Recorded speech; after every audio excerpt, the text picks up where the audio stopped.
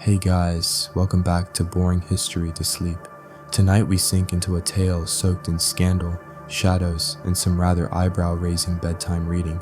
Picture this: a candlelit Victorian bedroom, thunder cracking somewhere in the distance, and a newborn child wailing, loud enough to scare even the family's stern-faced governess. That baby, you ask? None other than Aleister Crowley, who'd grow up to be labeled the wickedest man in the world. You probably won't survive this story without blinking twice at least. Before you settle in, take a quick second to hit that like button and subscribe, only if you really appreciate the content I share. And hey, drop your city and local time in the comments. It's always wild seeing who else is lying in the dark, drifting off to cursed history. Alright, time to lower the lights, maybe a fan on for that quiet background hum, and together we'll settle into tonight's adventure. The air on October 12th, 1875, feels unusually heavy in Royal Leamington Spa, England. Charles Edward Crowley paces the nursery hall, while his wife, Emily, is in labor. He's a strict man steeped in the moral rigidity of the Plymouth Brethren, a Christian sect known for a less than sunny view on fun. They don't allow card games, dancing, or even small talk that isn't about the Bible. When baby Edward Alexander Crowley finally arrives, it's amidst the low muttering of scripture and the faint scent of disinfectant. A storm rolls in, and if this were a movie, lightning would crack just as he opens his eyes. From the start, Aleister, he'd choose that name later himself because Edward was far too boring, grows up in a household where heaven is praised and damnation is always one spilled cup of tea away. His father Charles gives up his job to preach full-time, traveling across England with the fire and brimstone of a portable Sunday apocalypse. Every night, the Crowley family reads passages aloud from the Bible. Not the soft psalms either. Think plagues, wrath, and obscure laws about mildew. Even at 4 years old, Aleister begins asking awkward questions like, if God is love, why does he seem so angry all the time? The adults don't answer. They tighten their expressions and offer more fire and brimstone. Charles dies from cancer when Aleister is 11. It shatters the boy. For all his strictness, his father had been his closest bond. After that, Emily grows colder, harsher even, and hands off most of her son's upbringing to governesses and religious tutors. One of them, a woman named Mrs. Jenkins, believes in beatings as a pathway to salvation. Aleister starts keeping journals. In them, he writes about the beatings, and about the oddly fascinating cruelty of it all. A young boy's trauma quietly fermenting into something strange. By the time he's sent to Malvern College, a respectable boarding school, Aleister's rebellion is already brewing. He is clever, too clever, and gifted with a photographic memory and a sharp tongue. But where his peers memorize Latin declensions, Aleister reads forbidden poetry. He develops a taste for the taboo, dabbling in chemistry to create rudimentary poisons and secret inks.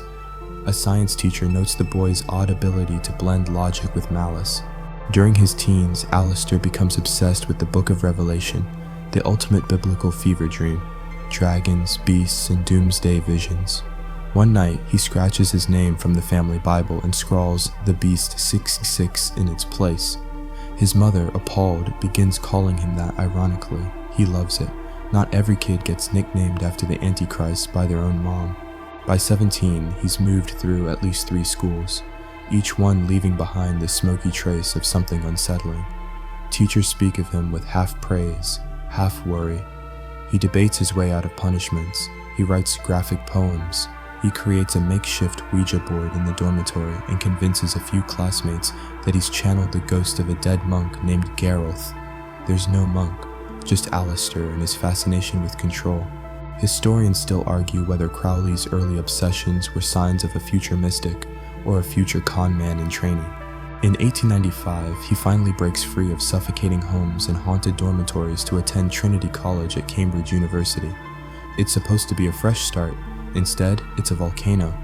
Here, in the candle flicker of dorm room debates and midnight climbs up ivy-covered walls, Crowley begins reshaping himself. He adopts the name Aleister. It sounds more poetic, more Gaelic, and frankly, more dramatic. He wears silk scarves, expensive colognes, and once shows up to class in a cape. He begins writing erotica under pseudonyms that would make his mother faint. Crowley also begins studying Western esotericism and the occult. a world hidden beneath polite society's lace curtain. He devours books on alchemy, Kabbalah, astrology. His college rooms soon resemble a magician's parlor. Animal bones, candle stubs, foreign incense, and one extremely distressed cleaning lady. His college essays, when he bothers to write them, are either brilliant or incomprehensible. One professor notes his style as eloquent but deranged. Another says he is either years ahead of his peers or years away from a padded cell. Still, he's developing a pattern. Learn the system, break the system, rewrite the rules. He begins dabbling in mountaineering, finding peace in the sheer terror of dangling off cliffs. There's something spiritual in it, he claims, something sacred in near death. One story tells of a trip to the Alps where he nearly loses 3 fingers to frostbite, but gets the perfect view of a sunrise. He writes a poem about it and sends it to a publisher, unsigned. It gets published. Crowley starts to believe the world is made to be bent.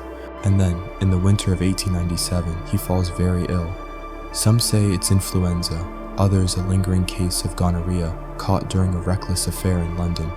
Either way, he spends days bedridden, hallucinating. During one of those fevers, he claims to see a presence hovering over his bed, neither man nor beast speaking in riddles. He survives, but something clicks. From then on, he believes he's destined, not in the typical "I'll be successful" sense, more in the "I'm going to usher in a new spiritual age" sort of way. That spring, he writes, "I am not man, I am not angel, I am the word before it is spoken, I am the silence before thunder." He then celebrates his return to health by spending a small fortune on wine, opium, and a highly illegal week with a well-known courtesan named Rose. This, by the way, becomes a recurring theme, transcendence and indulgence in equal doses. Mainstream biographers often skip over one odd detail from this period. Aleister's pet ferret. Yes, he kept one in his Cambridge rooms, named it Lucifer, dressed it in a tiny velvet collar, let it roam freely during dinner parties. Whether this is true or one of the many myths Crowley encouraged about himself, we'll never fully know. But one thing's certain, the boy born into a house of scripture is now a man eager to rewrite his own sacred text, one with a lot more wine, wands, and ferrets. Aleister Crowley, now a self-fashioned poet mystic with too much eyeliner and not enough shame, floats through his early 20s like a smoke ring in a darkened theater. After leaving Cambridge without a degree, because obviously such institutions simply cannot contain his radiant genius, his words, he sets out to explore the world and himself with almost theatrical devotion. His spiritual rebellion doesn't simply flicker, it erupts. No more hiding behind polite atheism or cynical detachment. No, Aleister's done pretending. He's coming for religion with an obsidian blade and a grin. By 1898, he's grown fascinated with the Hermetic Order of the Golden Dawn, a secret society devoted to ceremonial magic, astrology, tarot, and whatever other arcane things you'd expect from a group that meets in candlelit basements and wears robes without irony. To be clear, this wasn't just a club for eccentric wizards, it also attracted the likes of W.B. Yeats. You know, the Nobel Prize-winning poet. So yes, this was a society where people simultaneously quoted Homer and invoked Egyptian gods using chalk circles and goat skulls. Very much Crowley's vibe. But before all that, he needs credentials. So he does what any ambitious British gentleman with a flair for drama might do. He studies, obsessively. He plunges into Kabbalah, Theosophy, the writings of Eliphas Levi. He memorizes sigils, planetary correspondences, and the proper pronunciation of ancient names best left mumbled. To his credit, Crowley isn't just playing dress-up. He's a quick study with a photographic memory and a knack for making obscure symbols sound deeply important, even when they might not be. And in November 1898, he is officially initiated into the Golden Dawn. His magical name? Perdurabo, Latin for "I shall endure to the end." Humble, right? The initiation ritual includes blindfolds, swords, elemental invocations, and more candles than a Bath & Body Works clearance rack. For Crowley, it's intoxicating. Here is mystery. Here is power. And finally, here is a world that doesn't roll its eyes when he talks about the astral plane. His mentor in the order is one Alan Bennett, a man with the gaunt features of a ghost and the lung capacity of a library whisper. Bennett is fascinating. a devout Buddhist and ceremonial magician rolled into one incense-scented burrito of contradictions. He teaches Crowley how to meditate, how to breathe, how to visualize glowing spheres of light orbiting one's chakras. Under Bennett's influence, Crowley rents a flat in Chancery Lane and converts it into what can only be described as an occult bachelor pad. Think Egyptian sarcophagi, velvet drapes, ritual tools, and somewhat inexplicably, a collection of poisoned toads in jars. When he's not performing rituals, he's writing poetry, often in a feverish trance, possibly assisted by substances of varying legality. One of his poems, Jephthah, is published and praised for its dramatic language and religious ambiguity. Meanwhile, he continues his ascent in the Golden Dawn, working through its grades like a student knocking out course requirements. But friction is coming. Oh, it always is.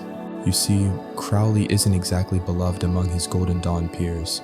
He's arrogant, he flaunts wealth, he throws lavish dinner parties where the conversation veers from tantric energy to how best to curse one's ex with menstrual blood. Even W.B. Yeats, who's more of a spiritually minded introvert than a cloak-wearing warlock, is put off. Yeats reportedly refers to him as a spoiled and vulgar boy. Crowley calls Yeats a mystical prig. So that's the vibe. One lesser-known quirk from this period, Crowley develops a fixation with cats. Not your average cat fancying. He allegedly begins including one in rituals, dressing it in ceremonial ribbons, and claiming it channels lunar energy. Did this cat have a magical name? Probably.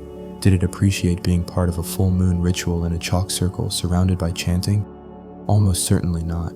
Then comes 1899. Crowley travels to Paris and meets the mysterious MacGregor Mathers, co-founder and chief magician of the Golden Dawn.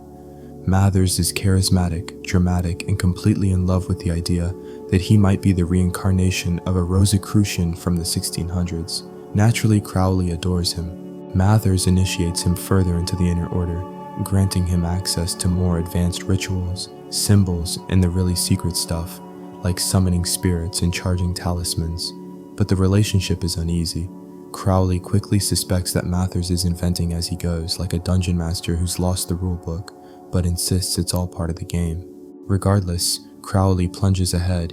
He begins working with Enochian magic, an angelic language supposedly received by the 16th century occultists John Dee and Edward Kelly. The rituals involve long invocations, sacred names, and detailed visualizations of complex spiritual landscapes. Most people would have settled for a pint and a crossword. Crowley prefers hours of chanting before a mirror until his reflection starts talking back. In one particularly intense session, Crowley claims to be visited by an entity named Lamb, a bald-headed, large-eyed being who looks suspiciously like a modern-day alien. Some suggest this was a projection of his subconscious. Others think he may have pioneered contact with what we'd now call extraterrestrial intelligence. Historians still argue whether this was genuine metaphysical exploration or just the side effects of sniffing too much temple incense. One thing is clear. Crowley's ambition has outgrown the Golden Dawn. When a leadership rift opens between Mathers and the London chapter, Crowley takes sides, his own. He attempts to break into the Order's headquarters on Blythe Road by dressing in full Highland regalia, complete with a kilt and a ceremonial dagger. It's not entirely clear why this was his chosen outfit for a spiritual coup, but points for flair. The standoff ends with the London members barring him entry and accusing him of heresy and general weirdness. Mathers, isolated in Paris, tries to support him, but loses control of the Order entirely. The Golden Dawn begins to fracture. Crowley, ever the opportunist, takes what he's learned and decides, fine, I'll build my own magical system, better robes, weirder names, with blackjack and sacrificial incense. But first, a vacation. In 1900, he heads to Mexico. There, he claims to study with local shamans, climb volcanoes, and perform high-level rituals in sacred caves. He also possibly drinks far too much mezcal and writes long letters to his friends about fiery visions of serpents twining around the moon. In one ritual, he allegedly summons a spiritual guardian who warns him about a path steeped in smoke and blood. Crowley, of course, takes this as encouragement. He returns to London months later with a tan, a new sense of purpose, and a growing collection of ritual swords. He is now convinced that he is meant to fuse all magical traditions, Kabbalistic, Egyptian, Eastern, and personal, into one unified path. And when someone asks what he plans to call this new spiritual system, he pauses and smiles. "Do what thou wilt," he says, "shall be the whole of the law."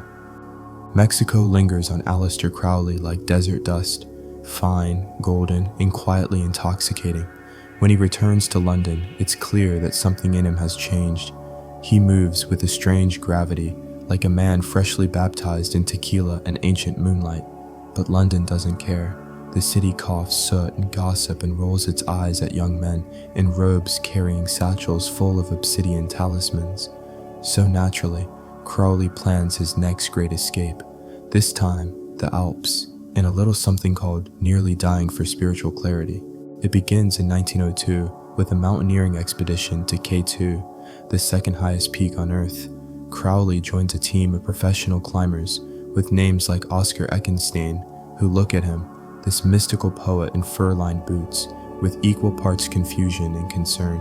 He's brought along dozens of books, sacred oils, and, allegedly, a bottle of laudanum large enough to medicate a small circus. Despite his relative inexperience, Crowley believes he can tame the mountain through sheer force of will. Capital W, naturally. Unfortunately, mountains do not care about thelemic magic. They care about frostbite, gravity, and avalanches. Things go badly. Crowley clashes with the team, refuses to participate in group rituals of safety like, roping in, and insists on communing with the spirit of the peak alone. Eventually, after a snowstorm and some choice shouting matches, the expedition breaks down, and Crowley sulks back down the slope, still alive, still unbothered. Back in civilization, he writes a long poetic account of the climb, in which he both elevates himself to near sainthood and blames everyone else for being mundane. This pattern will repeat throughout his life. Glorious failure wrapped in literary genius, topped with a smug cherry of cosmic justification. That same year, he travels to India, where he meets a holy man in a dusty temple outside Madras. The man gives him a mantra. Crowley chants it obsessively, sometimes for days, while seated in extreme yogic positions that would dislocate the average Victorian spine. He begins writing long treatises on Raja Yoga and the science of the mind. For a few weeks, he considers becoming a Buddhist monk. But, and this is important, Buddhist monks don't allow absinthe or romantic drama. So Crowley moves on. By 1903, he's back in England, sun-tanned, vaguely enlightened, and financially comfortable, thanks to his inheritance. But comfort, of course, is boring. Q. Rose Edith Kelly, a genteel woman from a respectable family, whom Crowley marries seemingly on a whim, possibly to help her avoid an unwanted marriage. Rose is not particularly mystical. She's polite, skeptical, and probably a bit overwhelmed by her new husband's habit of invoking archangels over breakfast. Still, something odd happens on their honeymoon in Cairo. The couple stays in a dusty apartment near the Egyptian Museum. Crowley, eager to impress Rose, performs a small ritual in front of a stele, a painted stone tablet depicting the god Horus. Rose, usually quiet during such displays, suddenly falls into a trance. She begins speaking in a strange voice, claiming that they are waiting for you. Crowley blinks. Then she says a name, Aiwas. Naturally, he leans in. On April 8, 1904, in a quiet room overlooking Cairo's chaos, Aleister sits down with pen and paper. A voice, calm, firm, not quite his own, begins dictating a message. For 3 consecutive days, exactly at noon, Crowley writes what will become the Book of the Law, or Liber Eal Vel Legis. He insists he's merely the scribe. The author? Aiwas, the spiritual emissary of a god named Hadit. Standard honeymoon stuff. The text is strange, beautifully written in parts, chilling in others. It proclaims the arrival of a new spiritual age, the Aeon of Horus. Its central message, "Do what thou wilt shall be the whole of the law." That line becomes Crowley's gospel, his catchphrase, his spiritual bumper sticker. To skeptics, it sounds like a green light for chaos. To Crowley, it's divine permission to explore the full range of human will, its darkness, its fire, its ecstatic potential. The book also contains cryptic numerology, veiled prophecies, and a healthy dose of "the weak are meat for the strong to eat." So, not exactly bedtime reading. Historians still argue whether the Book of the Law was dictated by a genuine spiritual entity or simply emerged from Crowley's deeply marinated subconscious. Whatever the case, he takes it seriously. He prints it privately, shares it with close followers, and begins reshaping his entire magical worldview around its verses. Rose, meanwhile, is struggling. Her brief trances are followed by exhaustion and confusion. Crowley blames her drinking. She blames his constant incense and bizarre chanting at 3 a.m. The honeymoon becomes a slow descent into spiritual burnout. Back in England, Crowley rebrands. He begins referring to his philosophy as thelema, Greek for will. He claims to be the prophet of a new age. He publishes books of poetry interwoven with magical symbols and cryptic diagrams that seem to mean something, but also kind of look like the doodles of a very confident high schooler. Critics scoff, friends distance themselves. The press remains blissfully unaware, for now. One of the strangest episodes from this time involves a mirror ritual in which Crowley allegedly enters a trance and communicates with what he believes to be the collective spirit of mankind. It tells him humanity is at the threshold of awakening and that he is meant to serve as the key. He writes about this in a lengthy footnote that veers off into a tangent about the zodiac and cucumbers. Yes, cucumbers. His writing style during this phase becomes increasingly dense and riddle-like. Sentences loop, symbols abound. Reading one of his magical texts can feel like decoding the diary of a sleep-deprived time traveler, and yet a small but devoted following begins to form. They're drawn not just to his ideas, but to the sheer audacity of them. Crowley doesn't ask you to believe, he demands you know. And if you can't keep up, well, that's on you. By 1905, he's already being whispered about in esoteric circles as the Great Beast. He embraces it. He signs letters with 666. He refers to Christianity as a decaying corpse strapped to the mind of Europe. Subtle as always. Meanwhile, his marriage to Rose disintegrates. She drinks more. He travels constantly. They have a daughter, Lilith, named after the ancient demon goddess. The child dies of typhoid during a trip to Rangoon. Crowley is devastated, but not enough to stop his globetrotting. He rationalizes the death as karmic consequence. Rose breaks completely. She's eventually committed to an asylum. Crowley responds by climbing more mountains. In 1906, he attempts Kanchenjunga, another Himalayan beast. Conditions are brutal. A few of his porters die. Crowley continues performing rituals in his tent, invoking protective spirits and writing poetry about snowy oblivion. Later, survivors accuse him of coldness, of ignoring dying men for the sake of his magical journal. He claims they misunderstood him. Upon return, Crowley claims to have undergone a full magical initiation, complete with visions of cosmic wheels and secret names of God whispered through falling snow. He writes another book. The truth is slippery here. Crowley's diaries are part honest confession, part myth-making. He rewrites his own narrative as he goes, never afraid to blend fact with flourish. One quirky detail that often gets overlooked. During one Himalayan expedition, he reportedly carried a folding bathtub.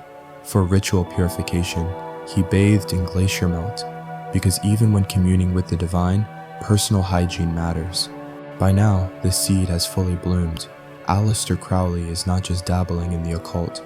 He is the occult, at least in his mind. He wears the title like a tailored curse. No more copying from old grimoires. He's writing his own.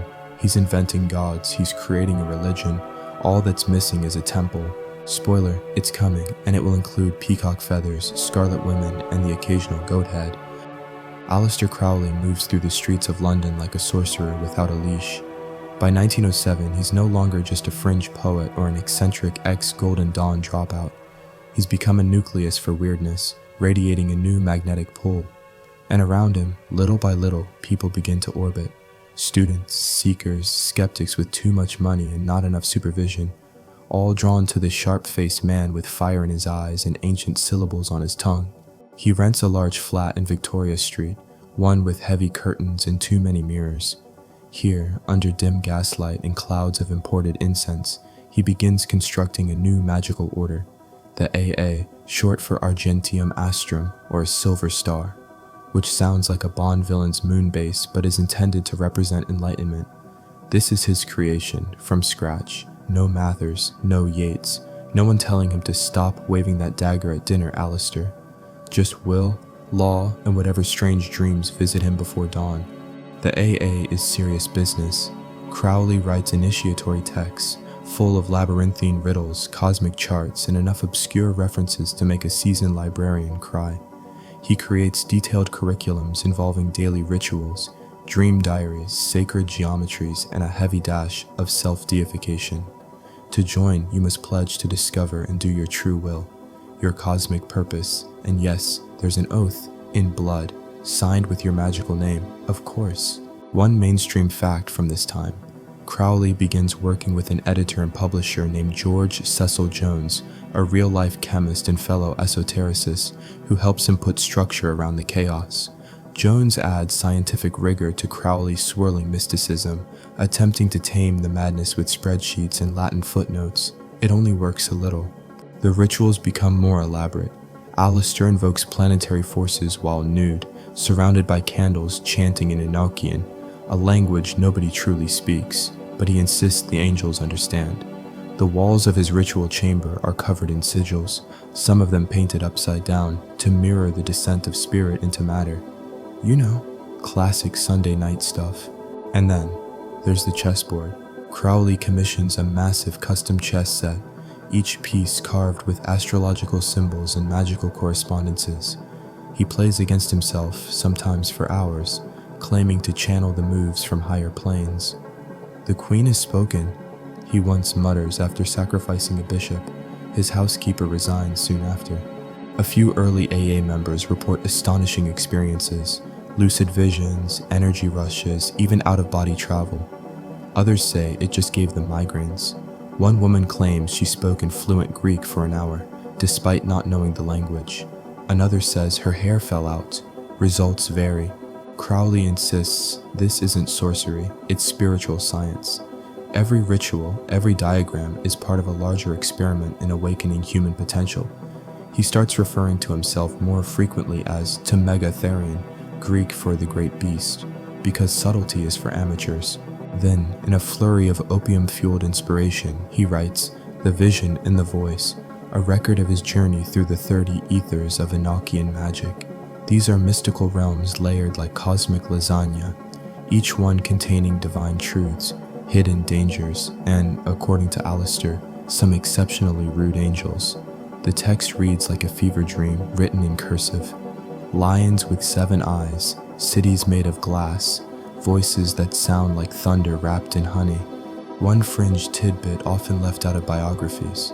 During these visions, Crowley claims to have seen the end of the world, not as a fireball, but as a gradual forgetting, a slow erosion of meaning where humans become so obsessed with surfaces they forget the substance beneath.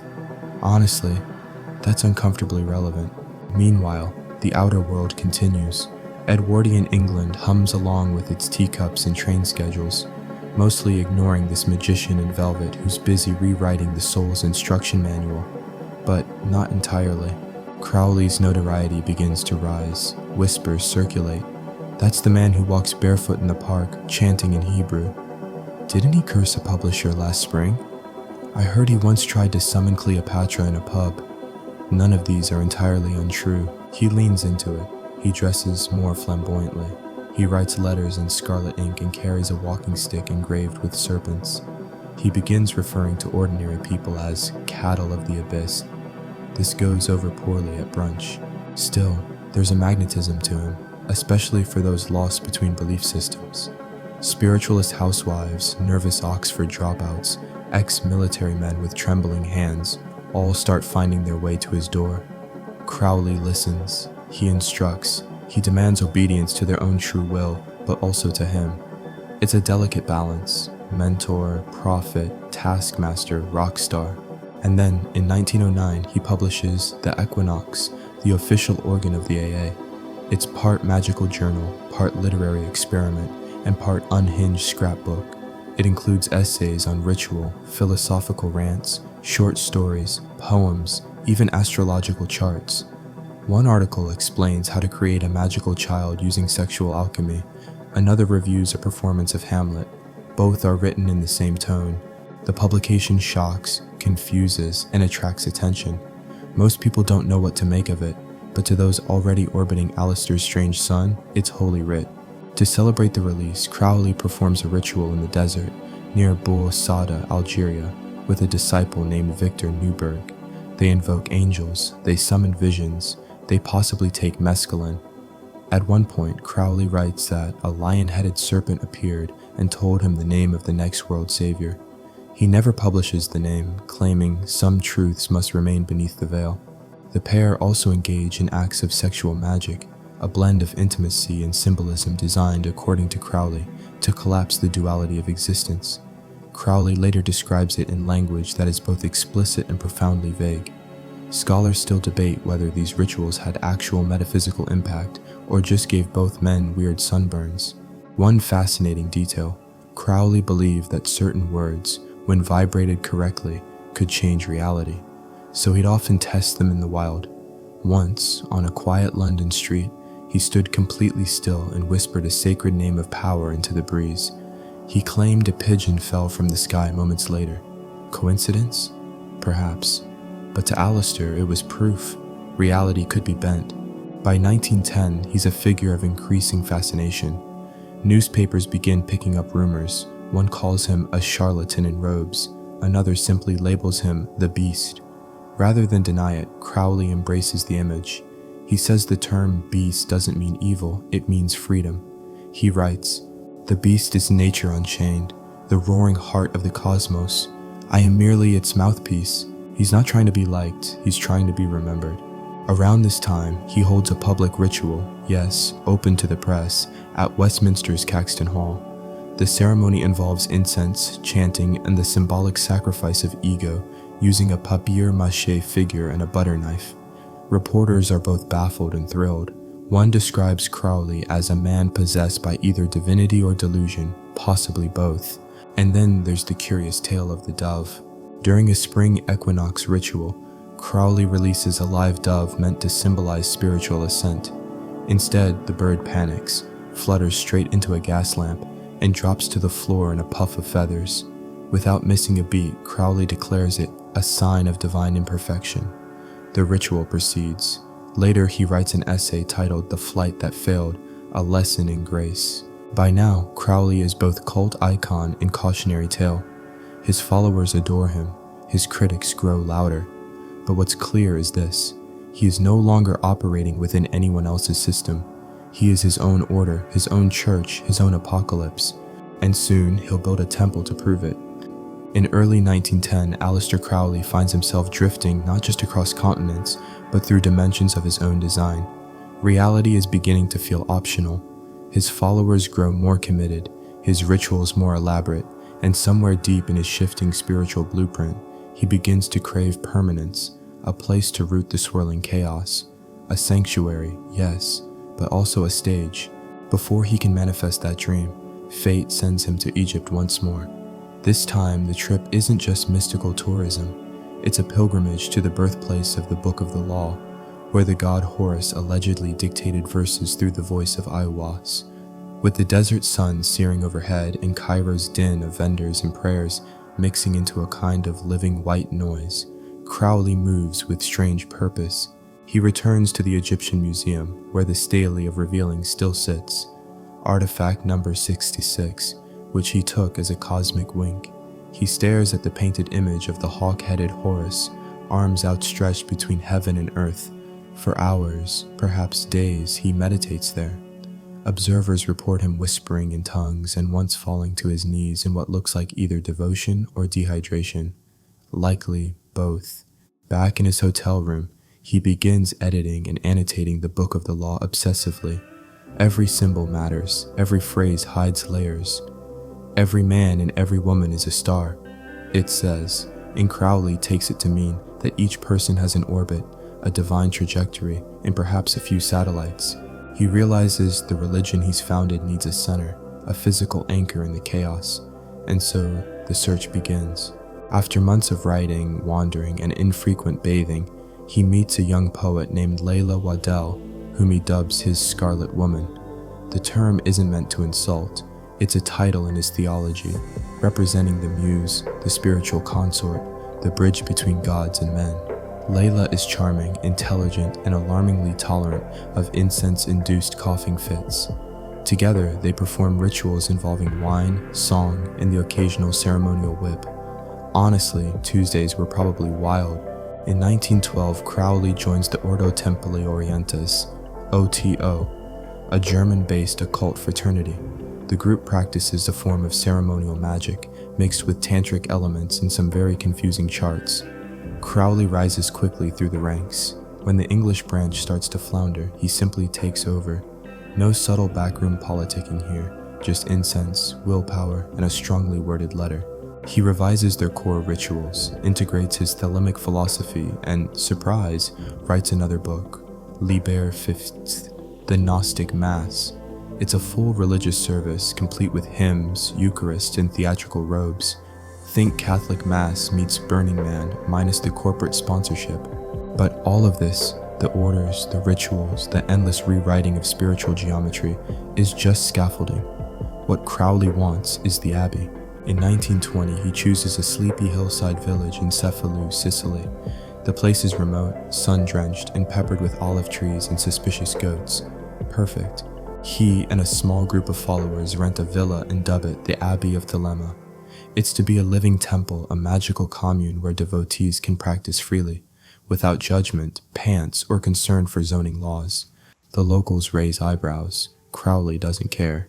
Inside, the walls are painted with vivid murals, some erotic, some symbolic, some likely inspired by dreams he forgot to filter. Naked figures dance in circles, gods stretch across the plaster, and above one archway reads in bold letters, "Do what thou wilt shall be the whole of the law."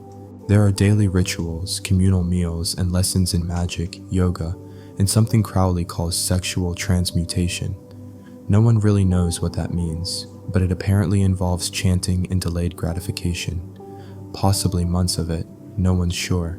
One new member is a young man named Raoul Loveday, an Oxford graduate with dreamy eyes and a nervous stomach. He arrives with his wife, Betty May, a cabaret singer with a sharp tongue and a suitcase full of silk. The couple isn't quite prepared for the intensity of the Abbey. Days begin before sunrise with chanting, then yoga, then ritual banishing, then tea. It's a rhythm Crowley insists aligns them with cosmic tides. Some days he seems calm and radiant. Others, he yells at a plant for being energetically sluggish. To Crowley's credit, he's not lazy. He leads most rituals personally, he writes constantly, he bathes less frequently, but we all have priorities. There's also the goat. At night, the Abbey becomes a hive of murmurs. Some rooms echo with ecstatic chanting, others with arguments over reincarnation and vegetable duties. People come and go, some inspired, some disillusioned, some just confused. Raoul Loveday, however, begins to weaken. Whether it's the Sicilian water, a parasite, or ritual fatigue, he grows pale and sickly. One account suggests he drank from a mountain spring after a morning fast. Another suggests he consumed the blood of a sacrificed cat during a ceremony. Either way, he dies in early 1923. It's a scandal. Betty May returns to London and tells the press everything. Headlines scream, "Black magic at Devil's Abbey" and "Wife of Victim tells all." The tabloids feast. They describe orgies, sacrifices, satanic rites, and one very confused goat. Crowley doesn't help by writing smug letters to editors, calling it petty gossip from the spiritually impotent. But Mussolini takes it seriously. The Italian government expels Crowley from Sicily. Just like that, the Abbey is done. Crowley mourns, but theatrically. He declares that the world isn't ready for Thelema. They want saviors in suits, he writes, not prophets in silk. Still, he records every detail of the Abbey in his Confessions, a memoir that is part spiritual epic, part roast of British conservatism. In it, he calls the Abbey the greatest experiment in spiritual liberation since the ancient Eleusinian mysteries. He compares himself to a pharaoh, a martyr, and at one point, a lighthouse. One lesser-known detail, Crowley reportedly left behind dozens of unused rituals written for the Abbey, including one involving synchronized sneezing, a mirror maze, and a recitation of the Book of the Law backward. It remains unperformed, likely for good reason. Back in Paris, broke but theatrically unbowed, he writes poetry about Sicilian sunsets and divine disappointment. His followers scatter. Some move on, some remain loyal, and some, like the Abbey itself, exist only as rumors, painted on the walls of memory, half erased by time. But the idea of the Abbey, of a magical haven free from dogma and shame, never quite dies. It lingers in the air of his writings, behind the layers of incense and ink, a blueprint for something future generations might try again. Crowley, he's not done, not by a long shot. He may have lost his temple, but in his mind the world itself is just another altar waiting to be lit. Aleister Crowley, recently evicted from his Sicilian Eden by Mussolini's unimpressed bureaucrats, wanders into Paris like a magician fresh from exile, part tragic hero, part smug prophet, and still very much wearing robes no one else could pull off. His followers are scattered, his funds dwindling, and the British press is painting him as everything from a sorcerer to a slightly damp cult leader. But Crowley doesn't retreat. No, he pivots. He turns back to the Book of the Law, as if combing through it again will reveal some cosmic GPS signal. 3 days, 3 chapters, each one delivered exactly at noon, back in that Cairo apartment in 1904. The words still hum with otherworldly rhythm. And in the midst of his rereading, he comes back to one presence above all others, Aiwass. To most people, Aiwass is either the product of a fever dream or a very elaborate prank, but to Crowley, Aiwass is real, an entity, a guide, possibly even his own higher self, wearing the mask of a voice beyond the veil. He describes it in letters with reverence and occasional panic. Aiwass isn't gentle. Aiwass is efficient. When it spoke, it dictated, not whispered, and it left behind cryptic riddles like spiritual landmines. Crowley begins writing commentaries on the text. Line by line, he dissects the verses, cross-referencing ancient languages, alchemical symbols, planetary charts, and probably his own lunch schedule. He insists this isn't just a book, it's a transmission, the rules of human evolution, encrypted and waiting for a worthy decoder. But it's not just intellectual. Crowley begins practicing what he now calls magic, spelled with a K to distinguish it from stage illusions and top hat rabbits. To him, magic is the science and art of causing change to occur in conformity with will. Notice the capital W. It's always capitalized like a deity or a drama teacher's email signature. So, what does this look like in practice? In a cramped Paris apartment with leaking pipes and uneven floors, Crowley performs daily rituals. The lesser banishing ritual of the pentagram, for example, which sounds like a goth yoga routine, but is actually a structured series of movements and invocations designed to clear negative energy and define sacred space. He vibrates names like YHVH and Adonai with deep, resonant tones. Neighbors think he's learning opera. He corrects them with a scowl and says, "I'm aligning the microcosm with the macrocosm." They stop asking. One mainstream historical fact. This is the period where Crowley systematizes much of his magical theory into formal texts like Magic in Theory and Practice.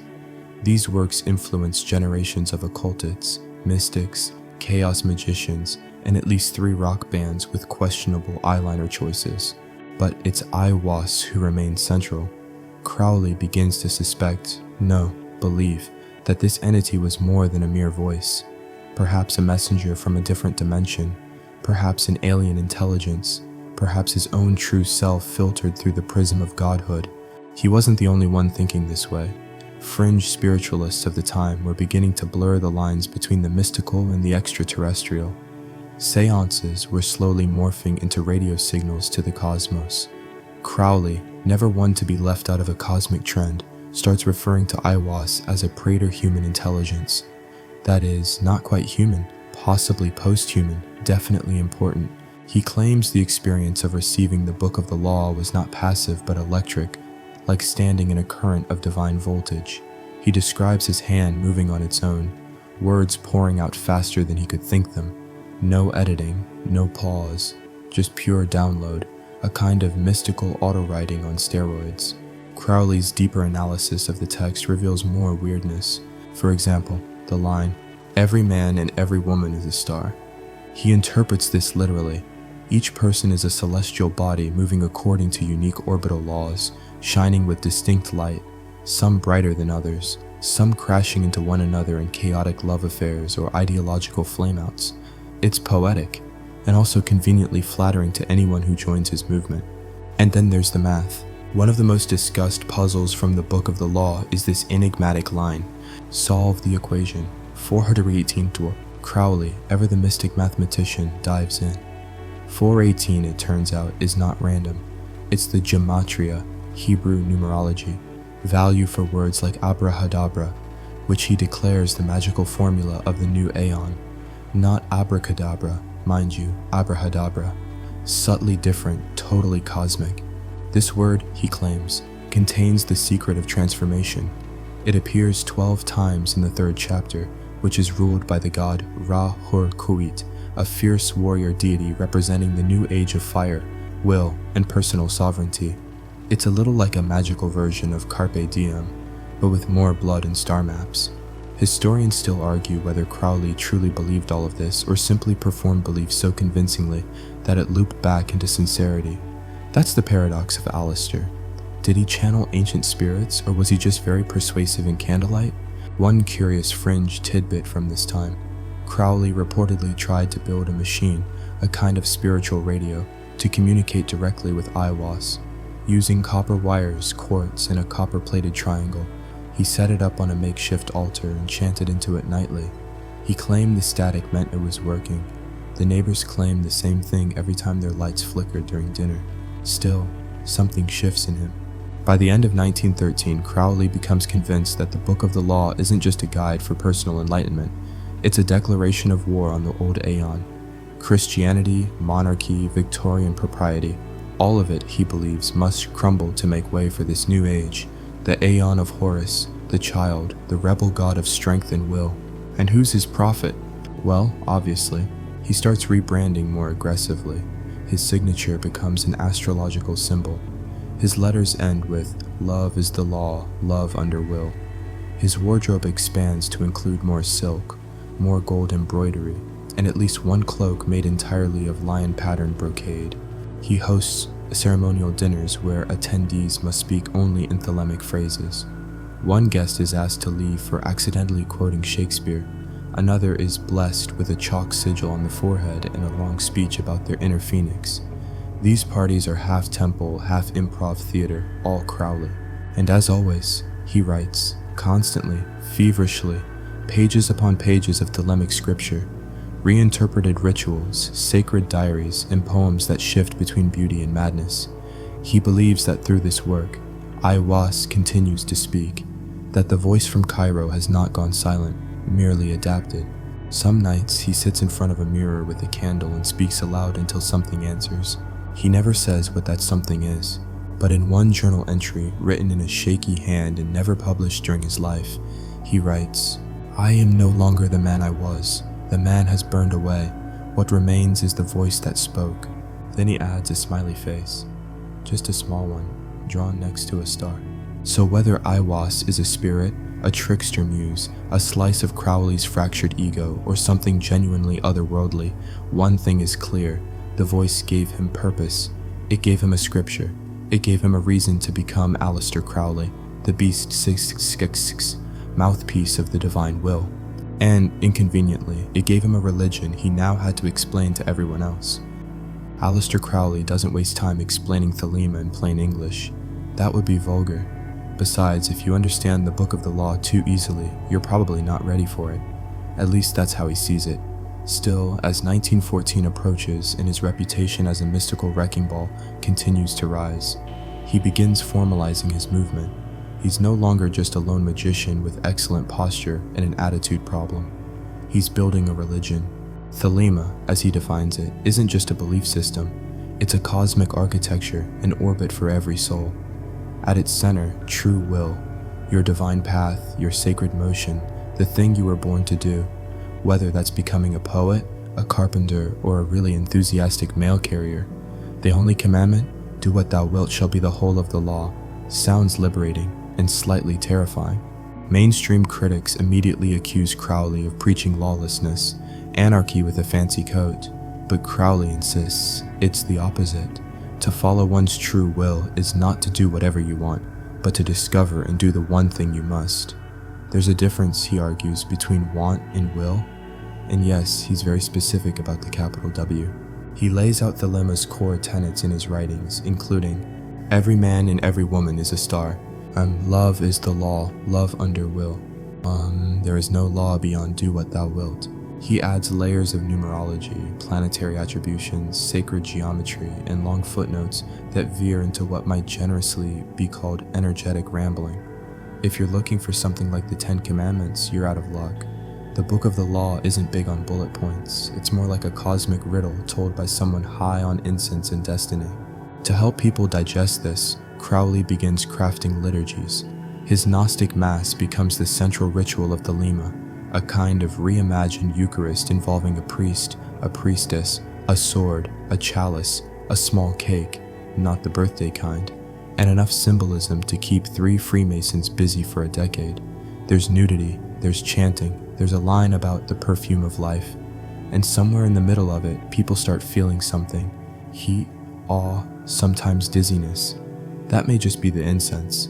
Fringe tidbit here, Crowley insists the cake used in the Gnostic Mass include a drop of blood or a sexual fluid from the officiants. For spiritual potency, he claims. One follower says it tasted like nutmeg, another says nothing at all and quietly stops coming. The Gnostic Mass isn't just performance art, it's theology in motion. The priest and priestess represent opposites merging, spirit and matter dancing, sun and moon intertwining. It's sensual, symbolic, and probably illegal in 5 US states at the time. Crowley encourages his followers not just to believe, but to experience. Thelema, he says, isn't about kneeling, it's about standing tall in your orbit and burning. Hence the fire metaphors in just about everything he writes. Burning heart, burning star, burning away the dross. You'd think he was sponsored by a candle company. Meanwhile, Crowley continues his personal explorations into magic, rituals to refine will, summon knowledge, and test boundaries most people don't even acknowledge. He keeps meticulous magical diaries, recording the effects of every chant, posture, and planetary hour. He once claims that invoking the spirit of Mercury caused all the clocks in his apartment to stop. His landlady simply said the power was out. He formalizes a hierarchy of spiritual attainment in Thelema, loosely based on the Kabbalistic tree of life. Aspirant, student, adept, magister, template. Each title comes with its own practices, tests, and very dramatic robes. You don't get promoted for showing up on time. You ascend when your soul changes shape. But Crowley isn't just building an inner temple. He's crafting a public persona, a prophet with flair. He starts signing letters with Baphomet, his magical title in the Ordo Templi Orientis. He adopts the number 666 with pride. Not because he's anti-Christ, he insists, but because 666 represents solar energy, divine strength, and sacred independence. Also, it really gets the tabloids going. And oh, do the tabloids oblige. Around 1914, the press begins referring to him as the wickedest man in the world. They claim he drinks blood, hypnotizes women, worships Satan, and once taught a parrot to curse in Sanskrit. He denies none of it. In fact, he finds it hilarious. I have never killed a parrot, he writes in one scathing essay, but I have corrected its pronunciation. Crowley leans into the villain image. While others would issue public denials, he writes poems titled Hymn to Lucifer and gives interviews while holding a ceremonial dagger and petting a black cat named Eliphaz.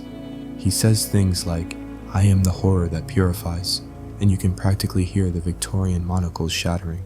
At the same time, he travels constantly, Paris, New York, Morocco, always with a suitcase of robes, manuscripts, and what he calls his wand kit, which yes includes several wands, each with its own astrological alignment. He performs public rituals on rooftops, in hotel rooms, once even in a Brooklyn basement while a jazz band played upstairs. Very few magicians can say they invoked Thoth during a trumpet solo. His charisma remains undeniable. People follow him not just for his teachings, but because he makes belief feel dangerous, like handling a glowing object that could either bless or bite. His students include wealthy dilettantes, aspiring poets, and the occasional spy. One woman, Mary Butt, a novelist, describes him as repellent and radiant, like a poisoned candle, which honestly feels like a t-shirt waiting to happen. One mainstream historical fact worth noting: during this era, Crowley writes some of his most influential works, including Book 4, a comprehensive manual on yoga, mysticism, and magic. It's surprisingly clear-headed, even scientific in tone, and presents magic not as superstition, but as a system of self-mastery. Many later practitioners, some serious, some wearing too many rings, cite it as their gateway text. Despite the chaos surrounding him, Crowley remains laser-focused on spreading Thelema. He calls it the law of liberty, the end of superstition, the birth of the new aeon. And in this age, there are no priests, only stars. No guilt, only will. No saviors, only the self, rising like a phoenix wearing a top hat. But belief alone isn't enough. He begins holding initiations for new followers, each one marked with symbolic trials. Fasting, solitude, mirror gazing, and long hours of reciting sacred texts until they either transcend or fall asleep mid-chant. Occasionally, they do both. He anoints certain women as scarlet women, partners chosen not just for companionship, but for their energetic resonance. The scarlet woman in Thelema isn't a sinner. She's a goddess of force, the vessel through which divine energy enters the world. It's equal parts empowering and exhausting. Most of them burn out. Crowley blames their astrology. Through all of this, he continues refining his vision. Thelema isn't just a religion, he claims. It's a formula, a spiritual technology, and like all good systems, it has to be tested. That's where the next chapter of his life comes in. Laboratories of desire, cathedrals of contradiction, and rituals performed in the wild, where love meets law and everyone's barefoot. But for now, in candlelit rooms and ink-stained pages, Crowley builds his empire of will one star at a time. And though the world outside might laugh, blink, or clutch their pearls, inside these circles of chalk and fire, something strange is taking root. A religion not of gods watching you, but of you becoming the god. By 1915, Aleister Crowley has constructed a spiritual universe so large it can barely fit inside his own skull. But there's still the matter of geography. Where does a self-declared prophet of the new aeon go next? The answer, as it often is with Crowley, is somewhere high, treacherous, and likely snow-covered. He sets his sights on mountains again. For most people, climbing a mountain is a test of endurance. For Crowley, it's a form of communion. He believes the thin air, the solitude, and the lurking possibility of an avalanche sharpen the will and thin the veil between worlds. Also, it's good for the ego when you're literally above everyone. This time, it's Kangchenjunga in the Himalayas, the third highest mountain on Earth. In 1905, Crowley had already attempted it once, an expedition that ended in frostbite, mutiny, and alleged magical curses hurled at the base camp. But years later, with less money and far more confidence somehow, he decides to revisit the high places. Mountain climbing for Crowley is never just climbing, it's a ritual. A mountain is an altar tilted toward the sun. He treats each ascent like a ceremonial ascent through the tree of life, each peak a sephira, each snowy gust a whisper from the divine. Except sometimes that divine whisper sounds suspiciously like altitude sickness. One of his lesser-known rituals involved climbing a crag in Scotland at dusk, lighting a single black candle at the summit, and chanting an invocation to Nuit, the goddess of infinite space. Locals saw the flame from below and assumed the lighthouse was drunk. But not all his mountain escapades end in mystic silence. During his Kangchenjunga expedition, Crowley's arrogance collides with the reality of the elements. He fights with his team. He insists on performing daily magical invocations, even when everyone else just wants tea and oxygen. He refuses to help rescue a porter caught in an avalanche, claiming the man had already completed his karmic cycle. It's a cold decision, literally and spiritually. Word spreads.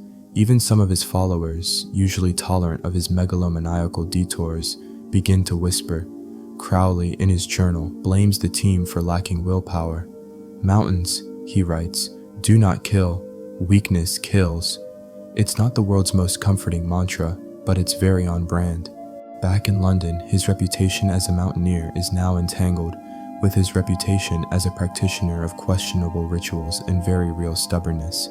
Yet strangely, his climbing journals become minor cult classics. Even seasoned mountaineers admit the man could write. In one particularly poetic passage, he describes hanging from a cliff edge, suspended by a rope as thin as an idea, while watching a hawk wheel through the clouds. I was, he writes, closer to God than any cathedral could offer. Moments like these make it hard to dismiss him entirely. And then, there are the rumors that he performed a banishing ritual during a blizzard and caused the winds to reverse direction, that he left an offering, 3 coins, a pinch of saffron, and a lock of hair at the summit of Mont Blanc, claiming it opened a spiritual gate, that he spent one freezing night wrapped only in a ceremonial robe, meditating beside a glacier and speaking to an ice spirit named Mahal. Historians still argue whether any of these actually happened, or if they were inventions Crowley whispered into his own mythos, feeding the hungry beast of legend he was constantly constructing. Either way, the mountains become part of his identity, not as a hobby, but as a theological practice. Climbing isn't sport, it's sacrifice. The frostbitten toes, offerings, the bruised ribs, a reminder that even the beast bleeds. After the disastrous Kangchenjunga attempt, he drifts again, wandering through Asia with less fanfare and more humility. Relatively speaking, he spends time in China, walking from Yunnan to Burma, writing cryptic travelogues and observing Taoist practices. He writes poetry in mountaintop temples, drinks tea with monks, and at one point possibly challenges a wandering magician to a duel of wills in a dusty courtyard. Nobody wins. In his journals, he refers to the Himalayas not as a place, but as a presence, a living spirit that tests the soul. He describes dreams of enormous staircases made of ice, watched over by silent guardians with mirrored eyes. Are these dreams the product of spiritual attunement or the altitude plus opium combo? It's a fine line. One quirk from this time, he reportedly brings a stuffed bear on one of his expeditions, not a teddy bear, a real one, taxidermied, as a guardian spirit. Porters are deeply confused. Crowley names it Brother Ursa and insists it has seen previous incarnations on Atlantis. By the time World War I explodes across Europe, Crowley is physically exhausted and spiritually vibrating. He returns to the West, claiming that the political chaos is proof of the old aeon crumbling. The age of Osiris is dying, he says. We are entering the age of Horus, and it does not arrive gently. He's not wrong. But even as Europe burns, Crowley keeps climbing. Not mountains anymore, but people, hierarchies, institutions, invisible ladders of influence. He claims to have been in contact with hidden masters, beings of immense knowledge watching over humanity's spiritual development. He writes to them. Sometimes he believes they write back. In a letter dated 1916, he writes, "The stars grow louder, the peaks within call more than the peaks without. I must climb again, but now with symbols rather than rope. Symbolic mountains now, inner elevations, psychological Everests, the kind that don't require crampons but can still break your soul in half." It's this period that sees Crowley going deeper into sexual alchemy, a path he believes unlocks not just enlightenment, but direct contact with divine intelligences. But those rituals, intense as they become, are always described in his texts with mountain imagery, ascending the inner peak, storming the summit of self, melting the ice of illusion. It's all climbing, always has been. Even the rituals he begins drafting in New York during wartime include references to vertical initiations and altars as footholds on the path to the stars. The man is obsessed. One fringe belief he records but never publishes, that specific high-altitude locations around the globe serve as natural temples, places where the Earth's magnetism weakens the veil between planes. He draws a map full of dots and notes naming hidden gates in Tibet, Chile, the Canadian Rockies, and even a small hill in Wales. Whether anyone ever tested these gates is unknown. Probably too cold. By the end of the 1910s, the Aleister Crowley who once stood on snowy cliffs shouting at invisible angels has changed. He's more solitary, more focused, still theatrical, but with a simmering intensity beneath the showmanship. He now speaks less of climbing mountains and more of becoming one, immovable, mysterious, and crowned in cloud. His will is no longer just a spark, it's a bonfire. And just as mountains can't help casting shadows, Crowley's next rituals, dark, decadent, and utterly unhinged, will stretch long into the valleys below. London fog curls around gas lamps like a lazy cat, and somewhere in a discreet townhouse with velvet curtains drawn tight, Aleister Crowley sharpens a dagger, not for violence, but for symbolism. By 1910, Crowley's spiritual orbit is not just expanding, it's colliding.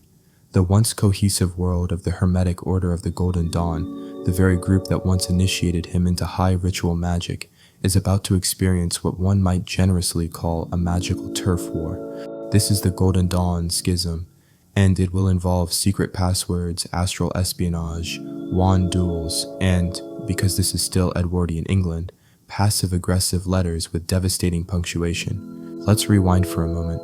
When Crowley first joined the Golden Dawn back in the late 1890s, he was an eager student, ambitious, intense, and fluent in both Latin and vibes.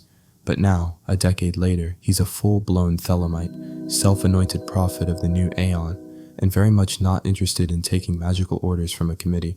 At the center of the Golden Dawn's power structure sits Samuel Little MacGregor Mathers, one of the original founders, a man who dressed like a Rosicrucian wizard even when ordering lunch. Crowley had once admired him, even considered him a mentor. But now, the mentor smells like stagnation. Mathers, meanwhile, sees Crowley as something between a loose cannon and a cosmic liability. Their relationship frays over issues of leadership, philosophy, and the fact that Crowley's rituals increasingly involve nudity and chanting that disturbs the neighbors. Tensions boil over in 1900 when Crowley, donning full Highland dress, yes, including a kilt and ceremonial dirk, attempts to force entry into the Golden Dawn's London Temple at 36 Blythe Road. He carries a letter from Mathers authorizing him to take control. The London members, including poet W.B. Yeats, respond with a firm "no thank you," followed by a polite but magically charged banishing ritual. You heard that right. Yeats, the future Nobel laureate, chanting in Latin and drawing invisible pentagrams in the air to keep Crowley from barging in. It's possibly the only time in history two world-class poets have squared off via esoteric symbolism. The newspapers never catch wind of the magical showdown, but within the community, it becomes legend. Crowley is livid. He writes scathing verses about Yeats's poetry, calling it the bleating of sheep with a thesaurus. Yeats responds by never speaking Crowley's name in public again, very wizardly of him. Still, the break is complete. Crowley is out of the Golden Dawn. Mathers loses control shortly after, and the once proud order splinters into rival factions, each claiming legitimacy. Crowley? He starts recruiting the most promising members into his AA, repackaging Golden Dawn teachings with a Thelemic twist. Less choir boy, more cosmic anarchist. And then the spells get weird. Crowley begins documenting his own magical operations, complete with detailed instructions, invocations, diagrams, and footnotes longer than the rituals themselves. One legendary working involves invoking the spirit of Mars during a thunderstorm, while pacing naked in a pentagram drawn with red chalk. It ends with a broken window, a mild concussion, and the sudden arrival of a stray dog. He names the dog Barzai, but this isn't just performance. Crowley is serious. He spends hours daily performing the Bornless ritual, an ancient invocation meant to contact the higher self, or in his terms, the holy guardian angel. He believes this being isn't an imaginary friend, but an objective reality, a celestial twin whose voice is sometimes faint, sometimes unmistakable. During one working, he claims to hear a voice whisper, "You are not the torch, but the hand that holds it."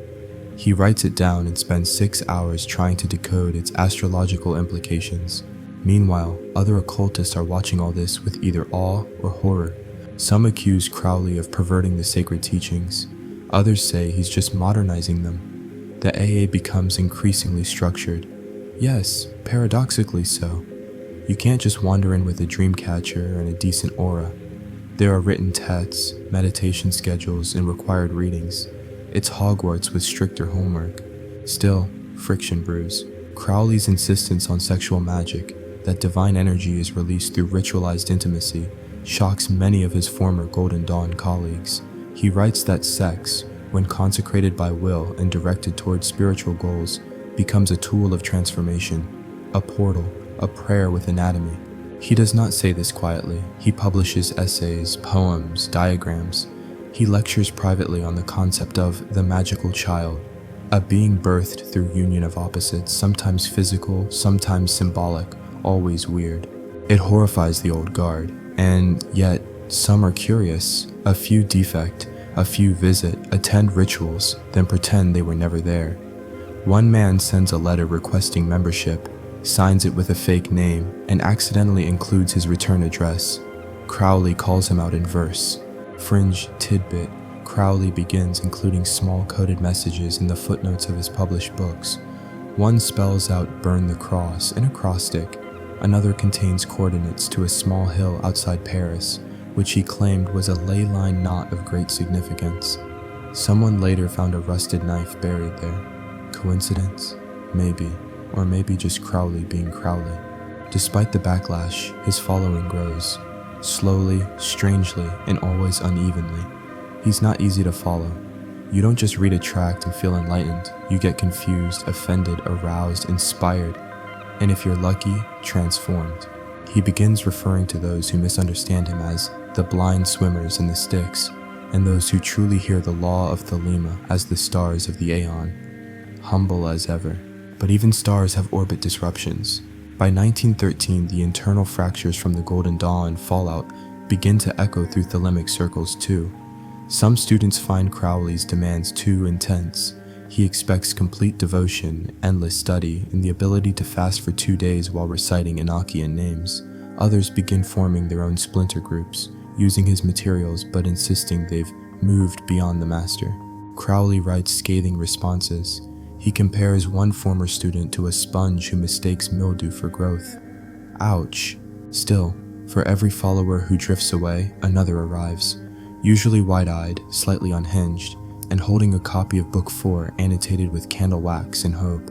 Crowley, now firmly outside the structures of the Golden Dawn and operating entirely within his own cosmology, declares that he alone holds the torch of initiation for the new Aeon. Not Yeats, not Mathers, not the polite tea-drinking occultist in tweed jackets. And to prove it, he prepares for the next stage of magical warfare. Public rituals, poetic declarations, and eventually, the Abbey of Thelema, a commune where belief would become environment, and every cracked wall would whisper, "Do what thou wilt." But before that goat-headed chapter arrives, Crowley sharpens his will like a ritual blade and seals his identity. He is no longer a disciple, no longer a rebel priest. He is the beast, and the beast doesn't ask for approval, he invokes it. The beast has teeth, but it also has branding. By the time 1914 rolls around, Aleister Crowley is no longer just a name. He's a concept, a force, a whispered legend passed between occultists, poets, and editors who need something scandalous to fill the bottom half of the page. And one morning, someone finally puts it in bold ink. The wickedest man in the world. The phrase appears in the British tabloid press, nestled beside headlines about spiritualist frauds and the price of cod. Crowley sees it and grins. At last, the world has caught on. Well, not exactly caught on. More like they've caught a glimpse of the velvet curtain and promptly screamed. He doesn't deny the accusation. He frames it, hangs it over the fireplace, and writes an essay titled "The World's Most Misunderstood Saint." Because here's the thing. Crowley doesn't mind being hated, he lives for it. Contempt to him is just another form of acknowledgement, and acknowledgement is power. The tabloids accuse him of orgies, animal sacrifices, Satan worship, drug binges, and psychological enslavement. In truth, some of that is wildly exaggerated, but not all. And Crowley, ever the opportunist, sees no reason to correct the record. After all, no one buys a ticket to see a magician who insists everything's safe and normal. One mainstream fact, in the same period, he's actually writing some of the most disciplined magical theory of his life. Texts like Magic and Theory and Practice and Liber Aleph come from this era. But of course, the press doesn't care about footnotes and planetary correspondences. They care about what happened in Sicily with the goat, and Crowley, possibly joking, says the goat was an excellent conversationalist. He starts leaning into the legend. Instead of trying to explain Thelema in measured tones, he starts dressing more outrageously. Scarlet robes, golden sashes, eye makeup. He knows what the camera wants. He poses for portraits with an unsettling directness, eyes boring into the lens like he's halfway through a spell. In 1915 he writes, "Let them paint me monstrous so long as they paint. A myth is more enduring than a man." And myth-making becomes a daily hobby. One story from this period. Crowley is at a party in Paris. Someone makes a snide comment about magic being for fools. Crowley responds by staring into a glass of wine and whispering a line of Greek. 10 minutes later, the chandelier crashes to the floor. Total coincidence? Probably, but he says nothing, just sips the wine and smiles. Meanwhile, his circle of followers grows, slowly, strangely. Some are die-hard Thelemites, others are artists, occult curious writers, or bored aristocrats looking for a new kind of danger. He attracts broken things, people scraped raw by war, heartbreak, or just the dull ache of ordinary life. He offers them something better than comfort. He offers meaning. It's intense, demanding, and at times incoherent, but it burns, and that's more than most of them have felt in years. Among the new initiates is a young ex-soldier named Norman Mudd, a man both brilliant and completely undone by Crowley's orbit. Mudd becomes one of Crowley's most loyal disciples, helping manage finances, type manuscripts, and weather public scandal. He would later die under mysterious circumstances, but for now, he's simply another star drawn into Crowley's gravity. And gravity at this point is a real issue. Financially, things are wobbling. Crowley's family inheritance is long gone. Book sales are modest, and although he charges for initiations and lectures, most of his followers have more mystical enthusiasm than money. So Crowley tries publishing, magazines, pamphlets, a mail-order course on magic. He even flirts with starting a Thelemic bookstore, but nothing quite sticks. He's too radical for mainstream publishing, too verbose for the occult press, and far too expensive to maintain without some serious patrons. Cue the American phase. He travels to the US during World War I, staying in New York and later, oddly enough, in Detroit. Yes, Crowley in Motor City.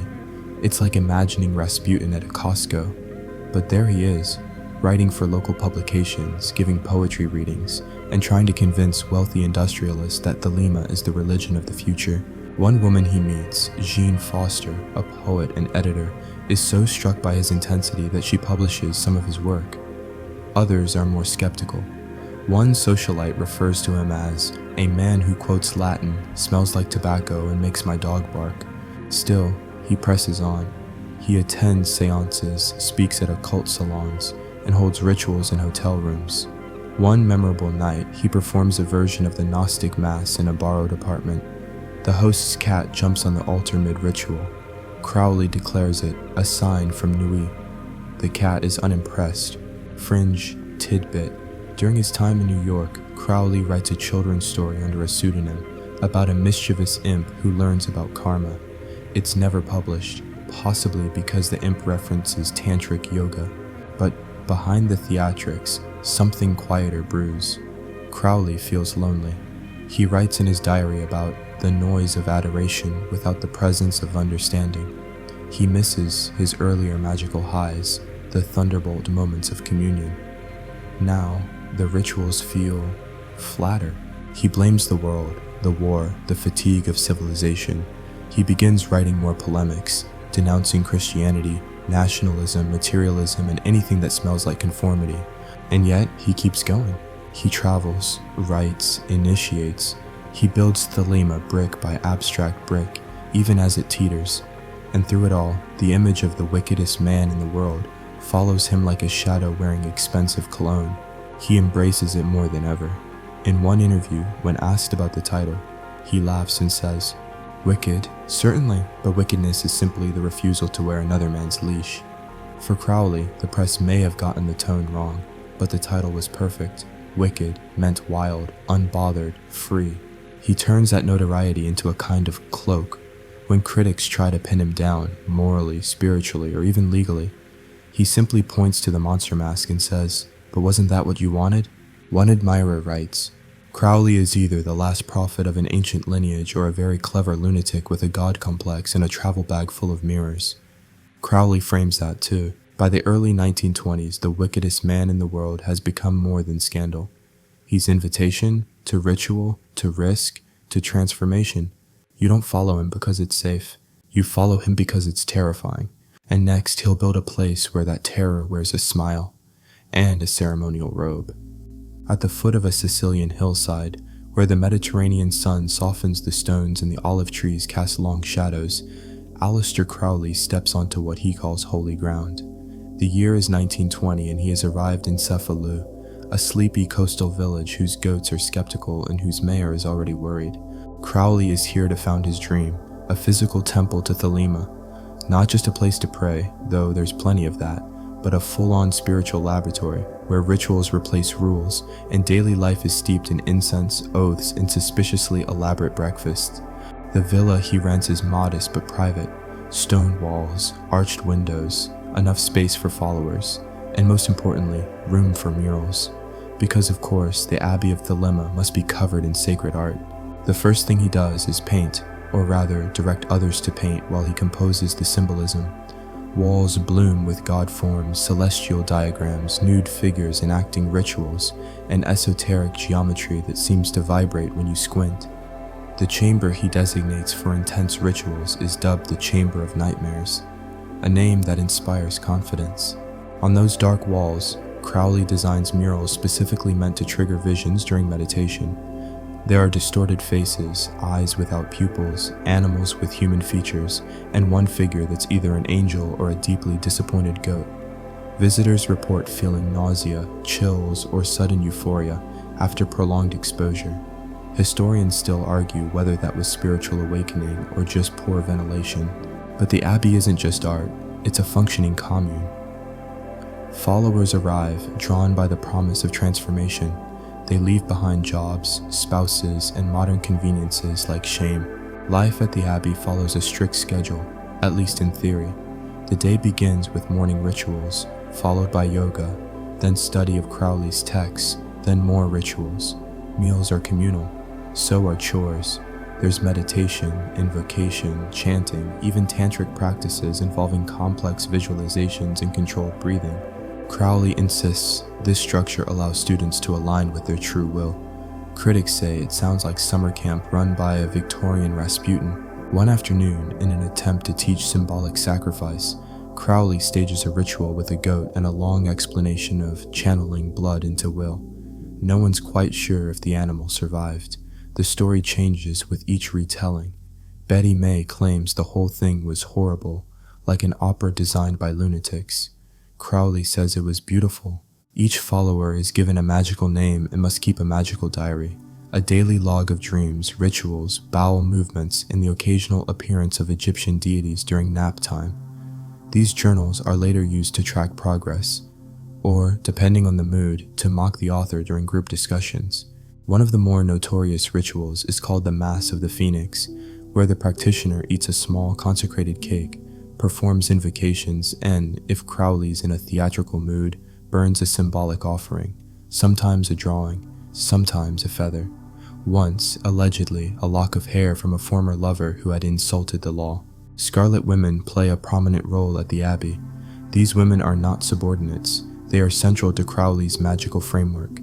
The Scarlet Woman is the embodiment of divine feminine energy, chaos, fertility, and destruction. Layla Waddell had held the title before. Now it's passed on to Leah Hersig. Leah is devoted, fearless, and utterly immersed in Thelema. She takes the magical name Alostrael, meaning the womb of stars. Together, she and Crowley perform sex magic, rituals meant to channel spiritual power through physical union. Their love affair is both epic and unnerving. Crowley once wrote a poem titled Leah Sublime, in which he describes her as the ape of Thoth and the scorpion queen of sin. It's unclear whether this was a compliment. She reportedly loved it. The rituals at the Abbey grow stranger. One involves the invocation of Mercury, performed while naked under the midday sun, holding a wand carved from olive wood and whispering names too long to pronounce without hydration. Another ritual includes silent fasting for 48 hours, then whispering invocations to a mirror. Some initiates claim the mirror began whispering back. Others fell asleep on the floor and dreamed of giant snakes speaking in binary. Crowley writes prolifically during this time. The Diary of a Drug Fiend, The Confessions of Aleister Crowley, and countless magical texts are either produced or edited here.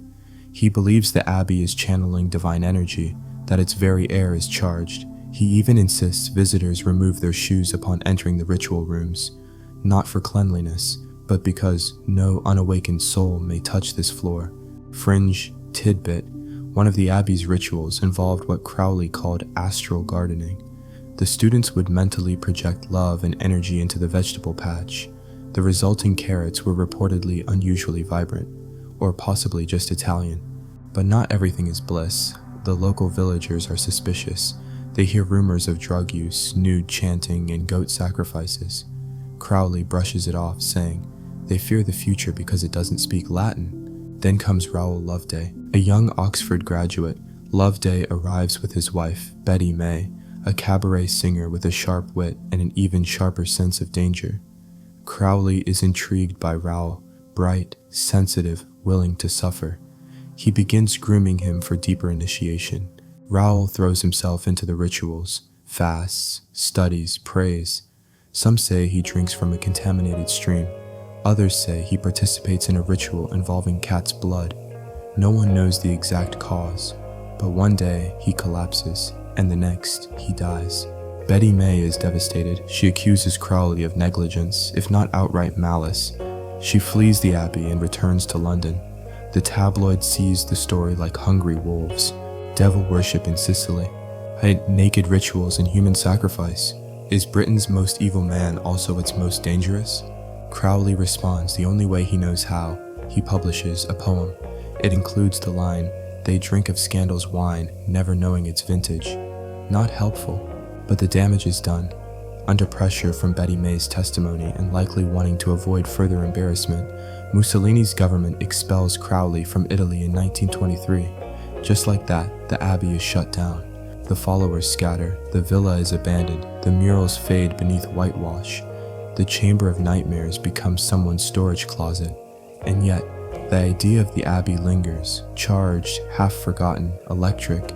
Crowley is devastated, but not broken. He writes in his diary, "Thelema survives. It was never a house, it was always a flame." And he's right, in a way. The Abbey of Thelema was never meant to last. It was a portal, temporary, unstable, glorious, like a comet streaking across the spiritual sky, leaving behind only questions, rumors, and a lingering scent of sandalwood and ambition. The Abbey of Thelema lies quiet now, its candle-smoked walls turning to dust, its nightmares stuffed into history's attic. But Aleister Crowley, he's not done. In fact, the collapse of his spiritual commune seems only to deepen his need for excess. As the 1920s drag on, he throws himself into his next grand experiment, proving that magic, when pushed far enough, becomes reality distorting and potentially fatal. What happens at the Abbey had been intense. What follows in its scattered aftermath is straight up unhinged. Crowley's rituals become darker, messier, and often drug-fueled. After being kicked out of Italy, he roams Europe like a metaphysical hobo with a grudge, hopping from Paris to Berlin, from London to Lisbon, followed by an entourage of seekers, doubters, and mystics with stomach issues. His finances are in tatters, his health is worse, but his devotion to ritual, that's stronger than ever. Without a stable base, he transforms rented rooms into impromptu temples. He sketches pentagrams and lipstick on cracked mirrors. He keeps portable altars in his luggage, right next to his pipe tobacco and a flask of laudanum. And in nearly every room, he posts a handwritten page from the Book of the Law, just in case the spirits forget who's in charge. One recurring element in these wandering years is the use of animals in rituals. No, not in the way your neighbor's Instagram famous cat wears sweaters. Think more. Symbolic sacrifices, invoked energy, and creatures as cosmic batteries. In one particularly grim story, Crowley allegedly uses dead bats in a ritual designed to invoke the spirit of pure will. He hangs them from a ritual dagger, chants invocations in Enochian, and claims to hear a response, a voice like a wind chime in a tomb. Followers are either amazed or deeply nauseated. Crowley doesn't care. He writes, "The vulgar seek comfort, the magus seeks pressure. Only under pressure do symbols sweat out their truth." Another ritual, one of his own devising, involves bloodletting combined with sexual invocation. He insists it's not for pleasure but for precision. The body as an instrument, finely tuned, blood as ink for sacred calligraphy. He begins experimenting with drug-induced trances, not casual use but methodical, ritualized consumption. Ether, cocaine, opium, and later heroin, each one tied to specific planetary energies. He records doses, timing, and astral reactions like a chemist crossed with a fevered monk. His notes include lines like, 2:16 a.m. administered 1 gram ether, saw a green-eyed serpent with voice like water wheel. A 3:04 a.m. mercurial presence enters left side, urged me to abandon socks.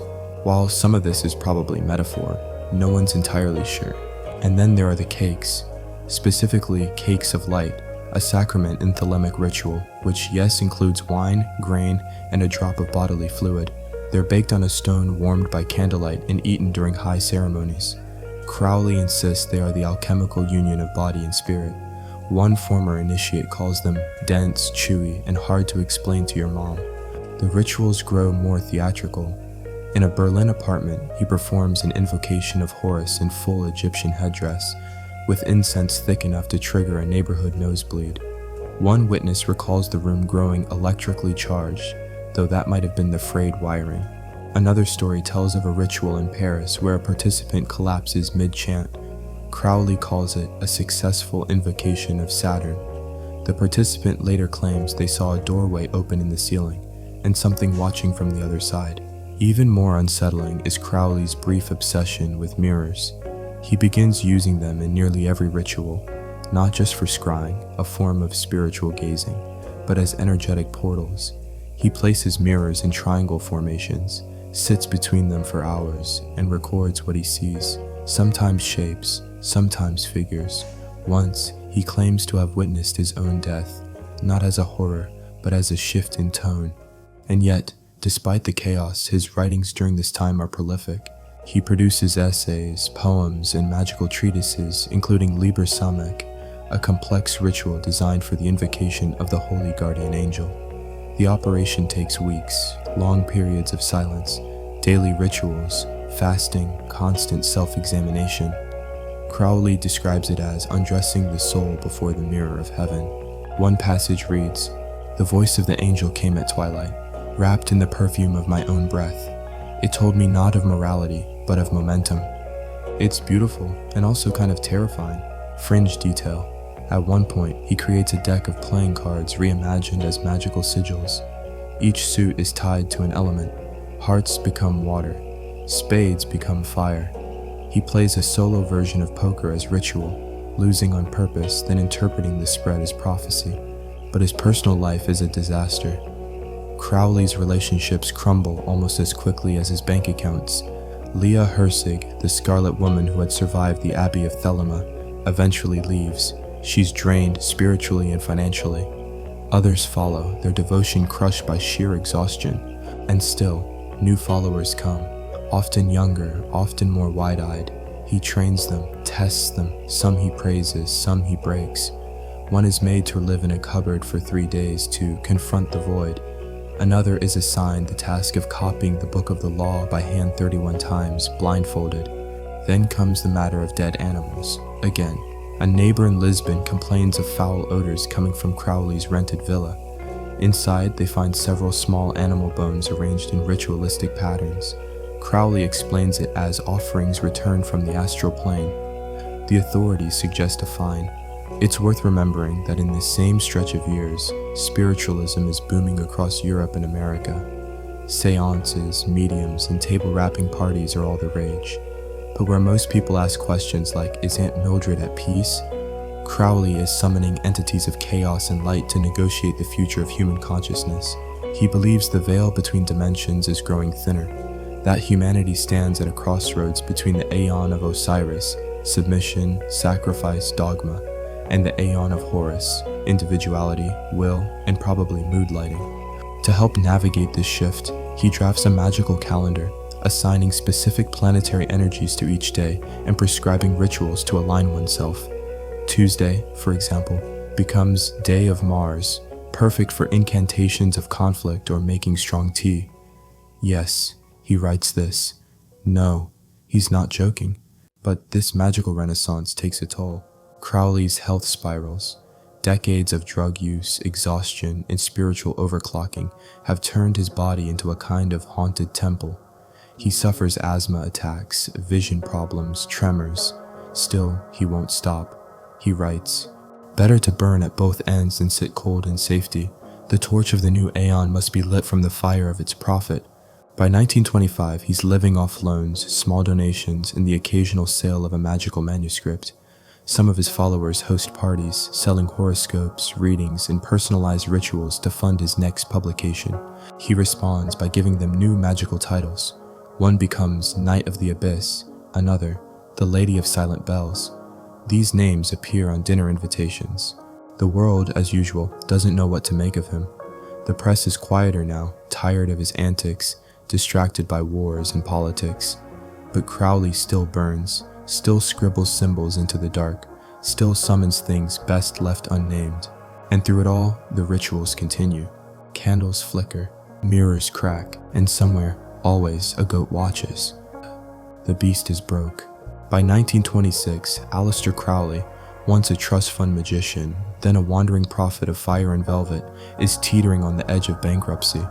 His grand rituals, astral projections, and thelemic manifestos haven't exactly translated into commercial success. The world isn't banging down his door for enlightenment. Mostly, it's asking for unpaid rent. His abbey of Thelema is shuttered. His followers are fewer, though still devoted, often more in spirit than in wallet. The velvet robes are wearing thin. His diaries mention skipping meals, taking laudanum for the pain, and pawning books just to keep a roof over his head. Crowley's greatest enemy isn't the Christian church or the press or even the law anymore. It's finances. The truest banishing ritual he could perform right now would be to summon a working bank account. He tries publishing again. With relentless optimism, he produces reprints of the Book of the Law, his collected poems, The Diary of a Drug Fiend, and newer works like Moonchild, a novel featuring magical duels, psychic pregnancies, and a suspicious amount of dialogue between talking stars. It's delightfully unmarketable.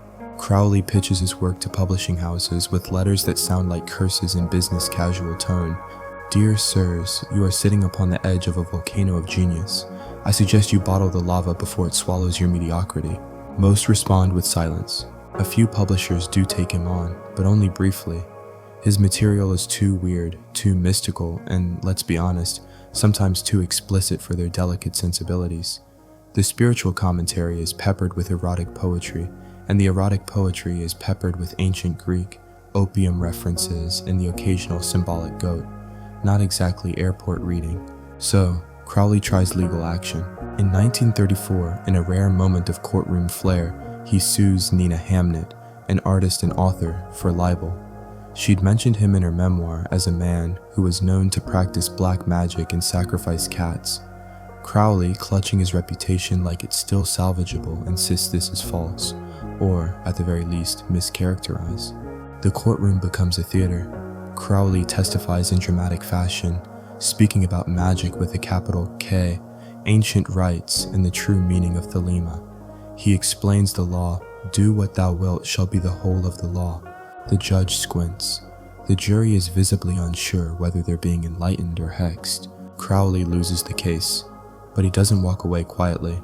He tells the press that he has unmasked the intellectual cowardice of modernity. The press, unimpressed, runs the headline, "The Beast Defeated," and yet, there's still an audience. A small but hungry circle of readers, seekers, and fellow occultists who hang on every new publication. They send letters, donations, questions. They want insight. They want instruction. A few want talismans mailed to them with precise planetary blessings. Crowley obliges, sometimes for a fee. One quirky method of fundraising he attempts, autograph sales.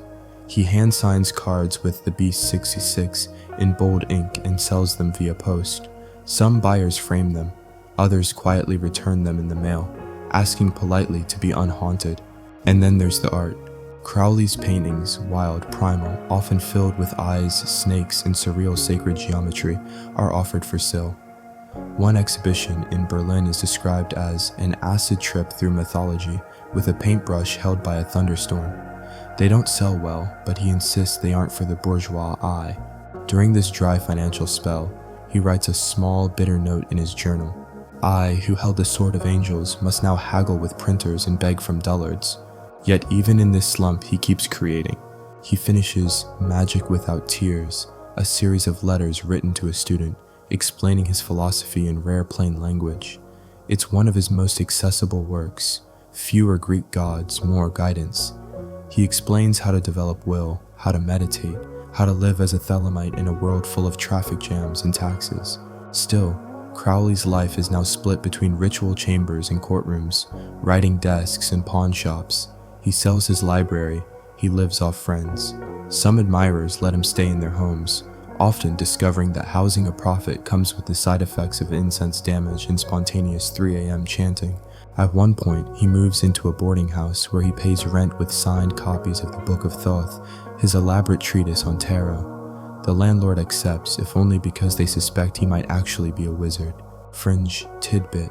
One evening, desperate for cash, he reportedly tries selling enchanted paperweights, small stones inscribed with planetary symbols and energetically charged through ritualized breathing. One buyer later claims it made their office plant bloom out of season. Another claims it made their dog bark at nothing for 3 days. To supplement income, Crowley also offers astrological readings, often extremely detailed, occasionally insulting. He once told a client, "Venus in Aries indicates you love recklessly and dress like a hanged god." The client thanked him and doubled the fee. His later years become a blur of attempted stability and magical stubbornness. He moves into modest lodgings, tries cutting back on drugs, then doesn't. He remains loyal to heroin, calling it the wine of the will. He also dabbles in mescaline, cannabis, and at one point, claims to have dreamed an entire new zodiac under the influence of an obscure Turkish blend. He's surrounded by fewer people now. The inner circle has grown quiet. His name is still known, but mostly as legend.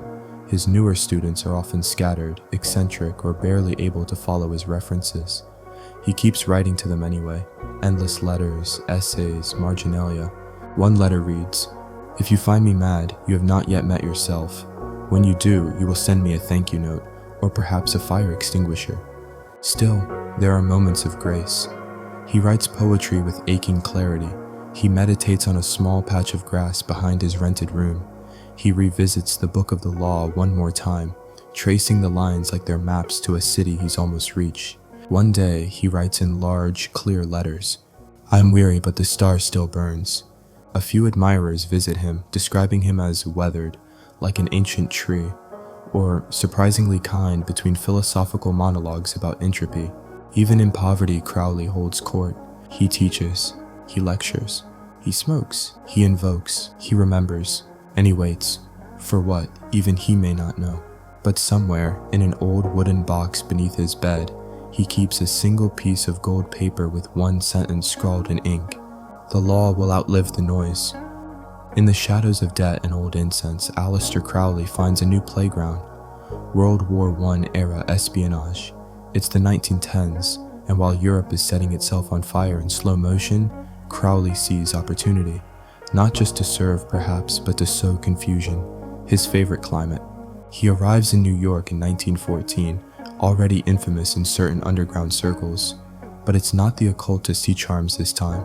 It's intelligence agents, allegedly, possibly, maybe. Here's the thing, historians still argue whether Crowley was ever truly a spy, or whether he simply played the part so well he fooled both governments and himself.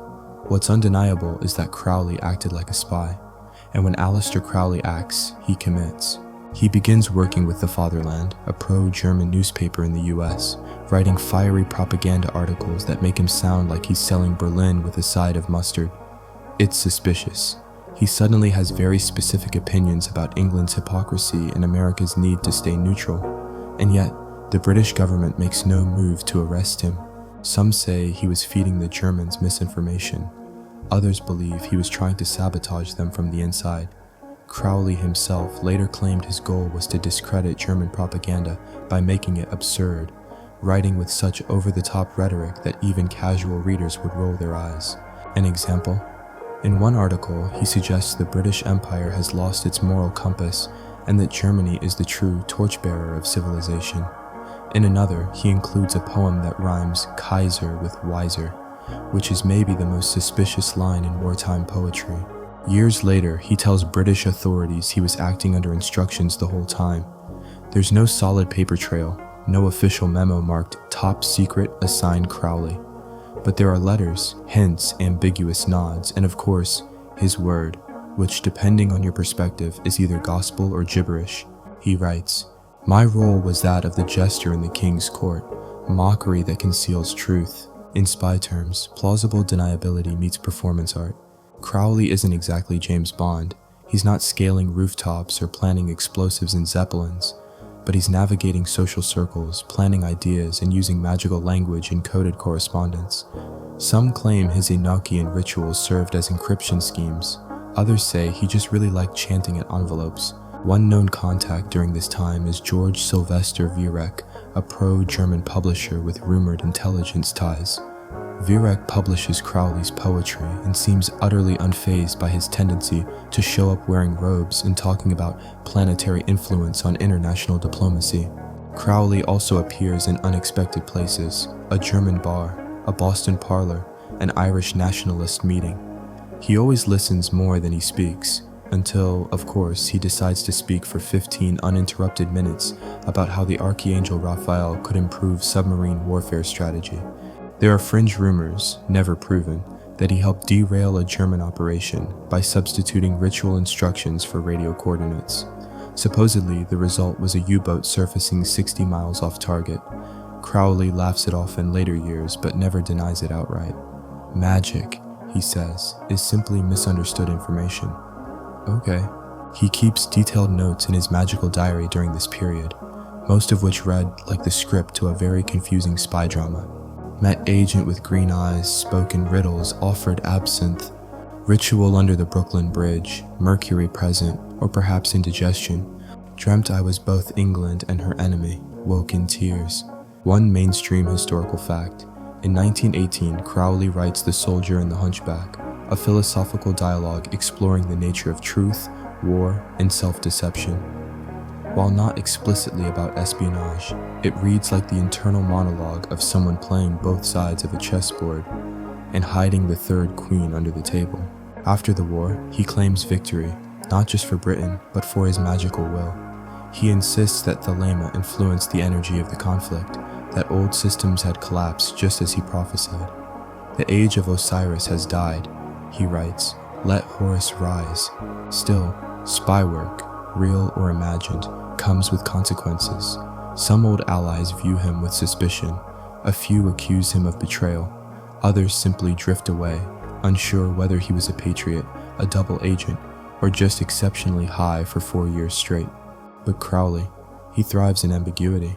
He moves to Paris, then Lisbon, then back to England, always weaving between poetry readings and magical lectures.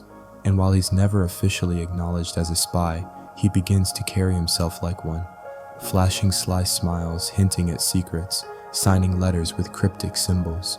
One letter reads, I serve no master but the will, and the will, when strong enough, moves governments without permission. Meanwhile, his thelemic work continues. He begins to blend espionage metaphors into his rituals. Disciples are agents of will.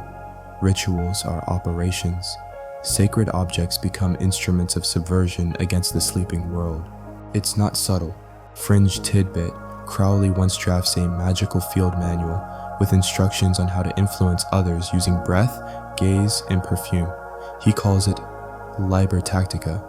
One copy survives. It includes tips like make your entrance sideways, it disturbs expectations, and begin conversations with silence. This is deeply unsettling. Post-war, British intelligence remains politely silent about Crowley's role. Some files are sealed, others are missing, but insiders whisper that he had a handler, someone high up who understood the strange value of a man like Crowley, unpredictable, brilliant, and invisible in plain sight. He later writes, the greatest spell I ever cast was the one that made the world doubt my loyalty. But if you think Crowley's spy years ended with the armistice, think again. During World War II, he writes letters offering advice to the British government. He suggests psychological warfare tactics, including the use of tarot symbolism and Nazi propaganda to destabilize Hitler's psyche. No one takes him up on the offer. He also claims that Hitler stole parts of Thelema, misusing the concept of will to justify fascism. Crowley responds by writing a biting poem called The Lie of the Aryan Star, which he sends to a small press along with a dead wasp in an envelope, It is not published. Still, Crowley insists that magic and politics are not separate. Both are about narrative, belief, momentum. His rituals may not topple governments, but they certainly shake foundations, even if it's just the floorboards under a seance table. By the late 1930s, the spy game is over, but the role remains. Crowley becomes his own intelligence agency, gathering insight from dreams, decoding signs in clouds, and writing letters that read like encrypted psalms. He signs one letter, the B666, retired agent of human evolution. And whether or not he ever wore a wire or burned a message in lemon juice, Crowley's most powerful weapon remains what it always was: confusion. Because nothing unsettles power quite like someone who believes they invented it. America smells like smoke, neon, and possibility. When Aleister Crowley lands on its shores again in the 1920s, the air is thick with jazz, gin, and spiritual hunger. The war is over, but the world's soul still feels bruised, and Crowley, never one to miss a vulnerable moment, slides in like incense under a locked door. This is Crowley's Hollywood phase, though no one invited him. He doesn't arrive in Los Angeles with a studio contract or a famous lover on his arm. He arrives with robes, a suitcase full of manuscripts, and a grin that says, "Let's see what the Aeon of Horus thinks of California." For a brief time, Tinseltown becomes a strange mirror to his madness. The occult is booming in America. Everyone's chasing crystals, channeling spirits, and attending moonlit rituals with names like the Silver Temple of Awakening Light. Crowley sees opportunity. He also sees, perhaps more than anything, chaos ripe for scripting. He begins hosting private gatherings, mostly in the hills of LA, in homes that smell of lavender and ambition. Some are simple lectures, discussions on the tarot, the Kabbalah, or the law of Thelema. Others are full rituals, chanting, candles, and the occasional live snake, borrowed from a pet shop, returned politely afterward. One of his most intriguing connections during this time is a fading silent film actress known only as Marion. She becomes a brief initiate, drawn to the drama of ritual, the promise of immortality, and Crowley's ability to make simple sentences sound like thunder. For weeks they perform nightly invocations beneath a skylight in her home. Crowley later claims the astral color of her aura was pearl dust over cracked ivory, not necessarily a compliment. She disappears from his diaries one day, no explanation, only a sketch of a cracked film reel and the phrase, "Vanity makes poor talismans." Fringe detail: Crowley allegedly auditions to play a wizard in a B-grade horror film, hoping to blend life and art. The studio says no, probably out of self-preservation. He's later rumored to have placed a banishing sigil under the director's porch. Said director developed hives shortly after. Crowley takes this as proof of effectiveness. More seriously, he spends time with the emerging bohemian set, artists, writers, mystics, and spiritualists, gathering in places like Pasadena, which by then is quietly becoming a cradle of American occultism. There, he crosses paths with a man named Jack Parsons, a young rocket engineer and closet Thelemite. Their meetings are brief, if they happen at all. Historians still debate it, but Crowley's writings find their way into Parsons' hands. And this, though Crowley won't live to see it fully blossom, becomes one of his strangest legacies, inspiring the occult roots of modern rocketry. The rocket man becomes a ritualist. NASA's future flirts with Thelema. Back in LA, Crowley continues trying to earn. He pitches film treatments based on magical allegories, swords, stars, inner transformation, veiled heroines. No studio bites. He writes essays titled Magic and the Moving Picture, arguing that film is a modern form of ritual, a collective dream in celluloid. The essay is rejected by 5 journals and accidentally published by a small spiritualist magazine in Omaha. He also meets a strange figure known only as the Caster, a man claiming to be both a producer and a mystic. The Caster funds a single short film project, The Sacred Eye, rumored to be a silent ritual drama directed by an anonymous Hungarian and consulted upon by Crowley. It's never officially released. Only one copy is known to exist. It was allegedly screened once at a private estate in Laurel Canyon. Attendees described it as hypnotic, deeply unsettling, and impossible to stay awake through. Crowley's own notes on the film are terse. The eye worked, but the audience did not. Then comes the hex of the set. One small-time producer, after canceling a Crowley consultation mid-project, experiences a cascade of misfortunes. His lead actress breaks a leg, his financier withdraws, and his home floods mysteriously despite being on a hill.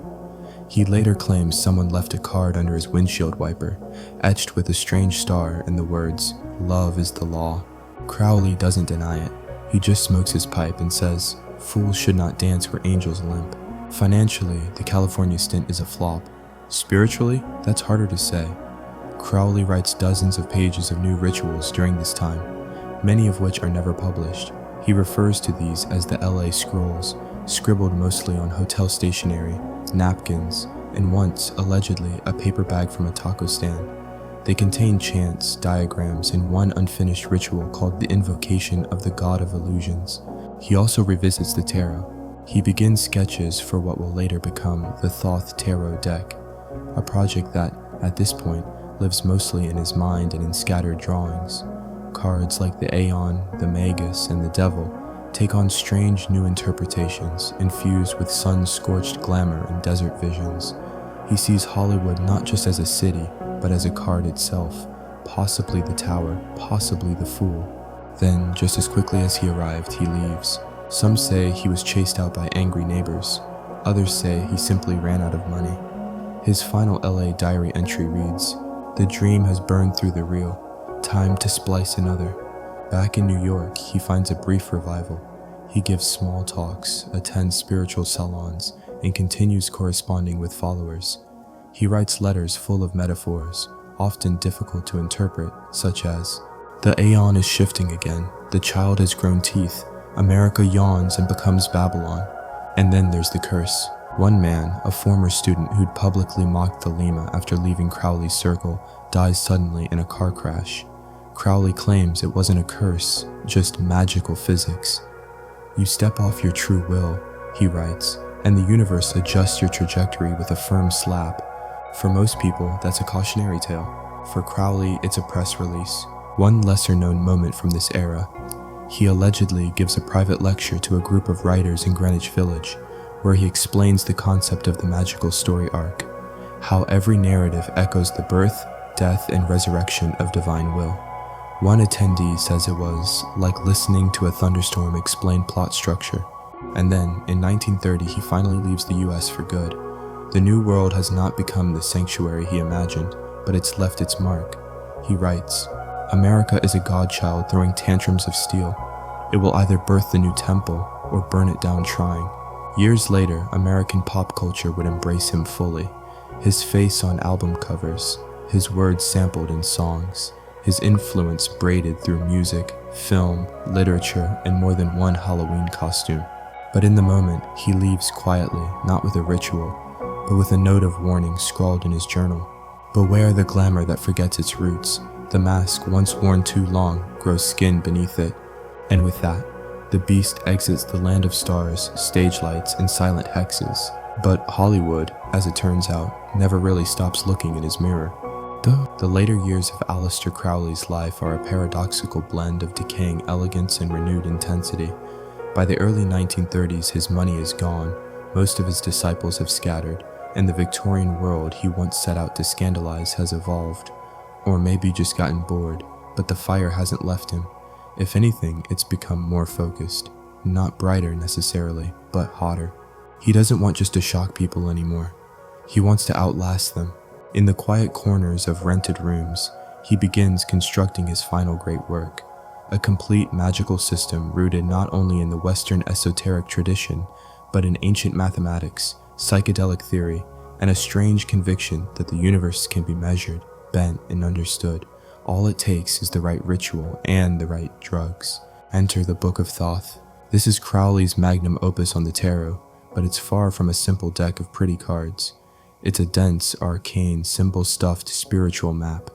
He collaborates with Lady Frida Harris, a painter, spiritualist, and woman of steel nerves, who agrees to illustrate the deck.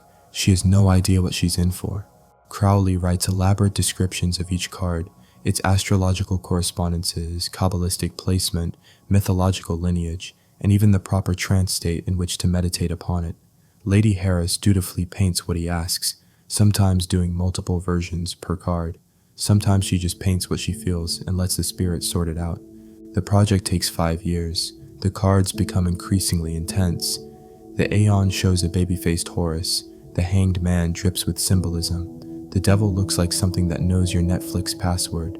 Crowley studies each image like a lens into the soul. For him, these are not illustrations, they're talismans, each one a portal. In his notes, he writes, "Each card is a ritual object, a door, a mirror, a razor if needed." And while the deck slowly takes shape, Crowley deepens his writing on magical theory.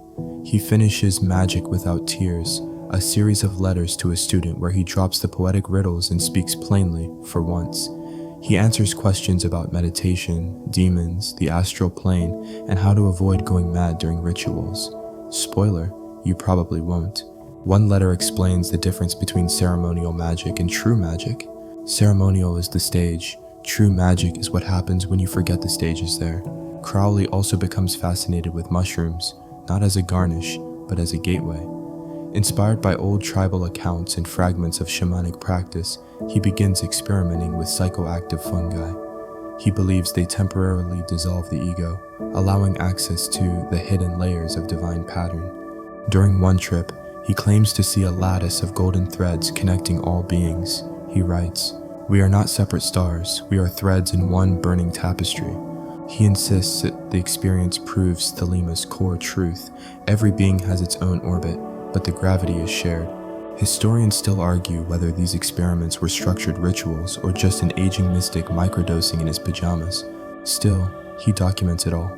He combines trippy revelations with Pythagorean theory, adding footnotes about sacred geometry and dream navigation. One diagram in his notes includes a triangle made entirely of repeated syllables. Nu, nu, nu, it, itty. A joke? A chant? A bad day with a fountain pen? No one's sure. Meanwhile, his health is a roller coaster.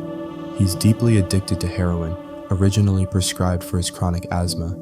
He tries quitting, fails, tries again. He writes about it, not with shame, but with analytical coldness.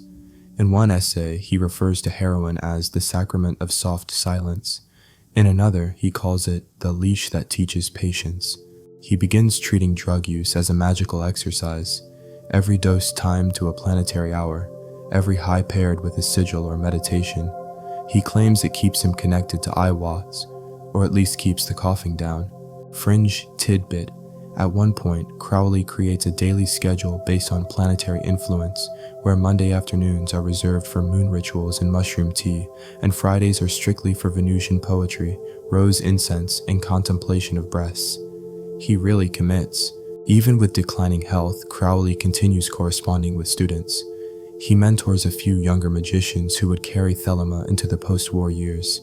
He writes long, handwritten letters, some thoughtful, others accusatory, and one that simply reads, "You are not yet a star.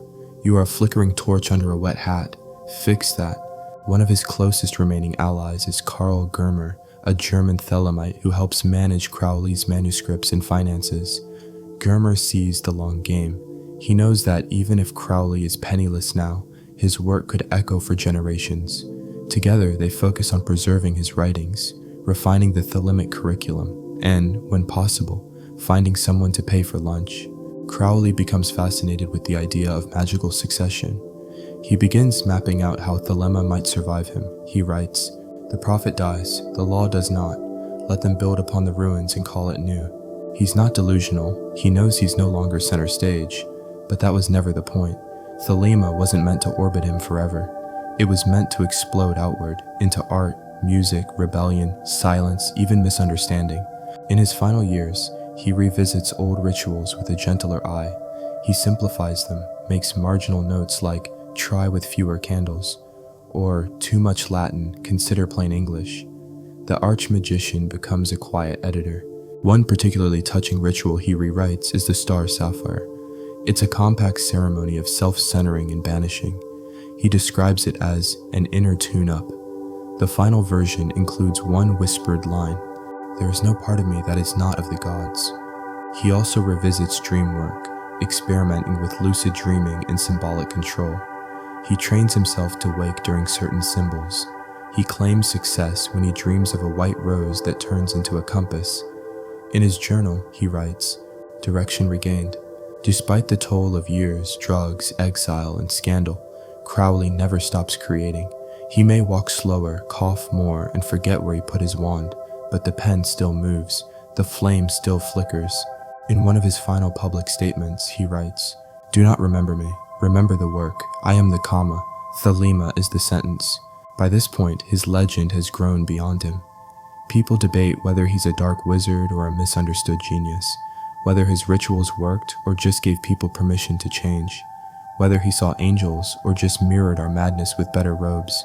What he saw, he never quite said, but what he left behind that we're still decoding. And somewhere, in a quiet boarding house, the old man once called the wickedest in the world draws a final card from his handmade deck. It's the Fool. He smiles. He always did like a good joke. The days turn brittle, and Aleister Crowley's breath becomes a shallow rhythm against the stone walls of a modest boarding house in Hastings, a seaside town better known for its 1066 fame than housing England's most infamous magician. The year is 1945, and though the war has ended, the magician's war with time is very much still underway. Crowley is now in his late 60s, his body ravaged by heroin, asthma, and a lifetime of rituals performed too close to open flames. He walks with effort, but he still walks. His mind, however, his mind remains a labyrinth of fire.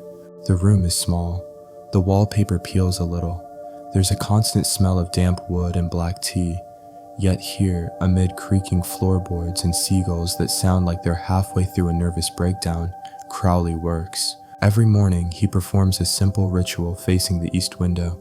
No robes, no audience, just a whisper of the star ruby and a candle stub from a drawer that also contains chewing gum, a tarot card of the magician, and a badly folded bus timetable. And then he writes. His last years are filled with revisions, not regrets, never that, but edits, trimming the florid sentences, refining ritual diagrams, clarifying ideas. It's like watching a volcano cool into sculpture. He compiles new editions of magic in theory and practice and continues refining the Book of Thoth, insisting on specific colors for each card's final version. Lady Frida Harris, still loyal, honors his wishes. He writes, "Even at dusk, the architect adjusts the lines. The temple is never complete." Fringe tidbit, Crowley insists on having a special ink mixture for his final letters, a blend of India ink, a drop of his own blood, and powdered frankincense. He calls it writing in will. His finances are still awful. He's surviving on a small pension, the occasional gift from students, and royalties that arrive irregularly, like shy pigeons. One follower sends him cheese in the mail, another a flask of French cologne. Crowley replies to both with the same sign-off. "Love is the law. Thank you for the brie." But something remarkable happens in this unlikely twilight, a new wave of curiosity. The war has left Europe questioning everything, faith, power, purpose. Young seekers begin to rediscover Crowley's work, not the scandalous headlines, but the real stuff. Liber al vel legis, the thelemic rituals, the cosmic metaphysics scribbled between tirades and love poems. Letters arrive from America, Australia, South Africa. Some are wide-eyed disciples, others are confused skeptics hoping for a reply. Crowley answers what he can, sometimes with guidance, sometimes with mockery, often both. One letter he sends reads, "You ask if the lemma is real. Does the sun ask if it is warm?"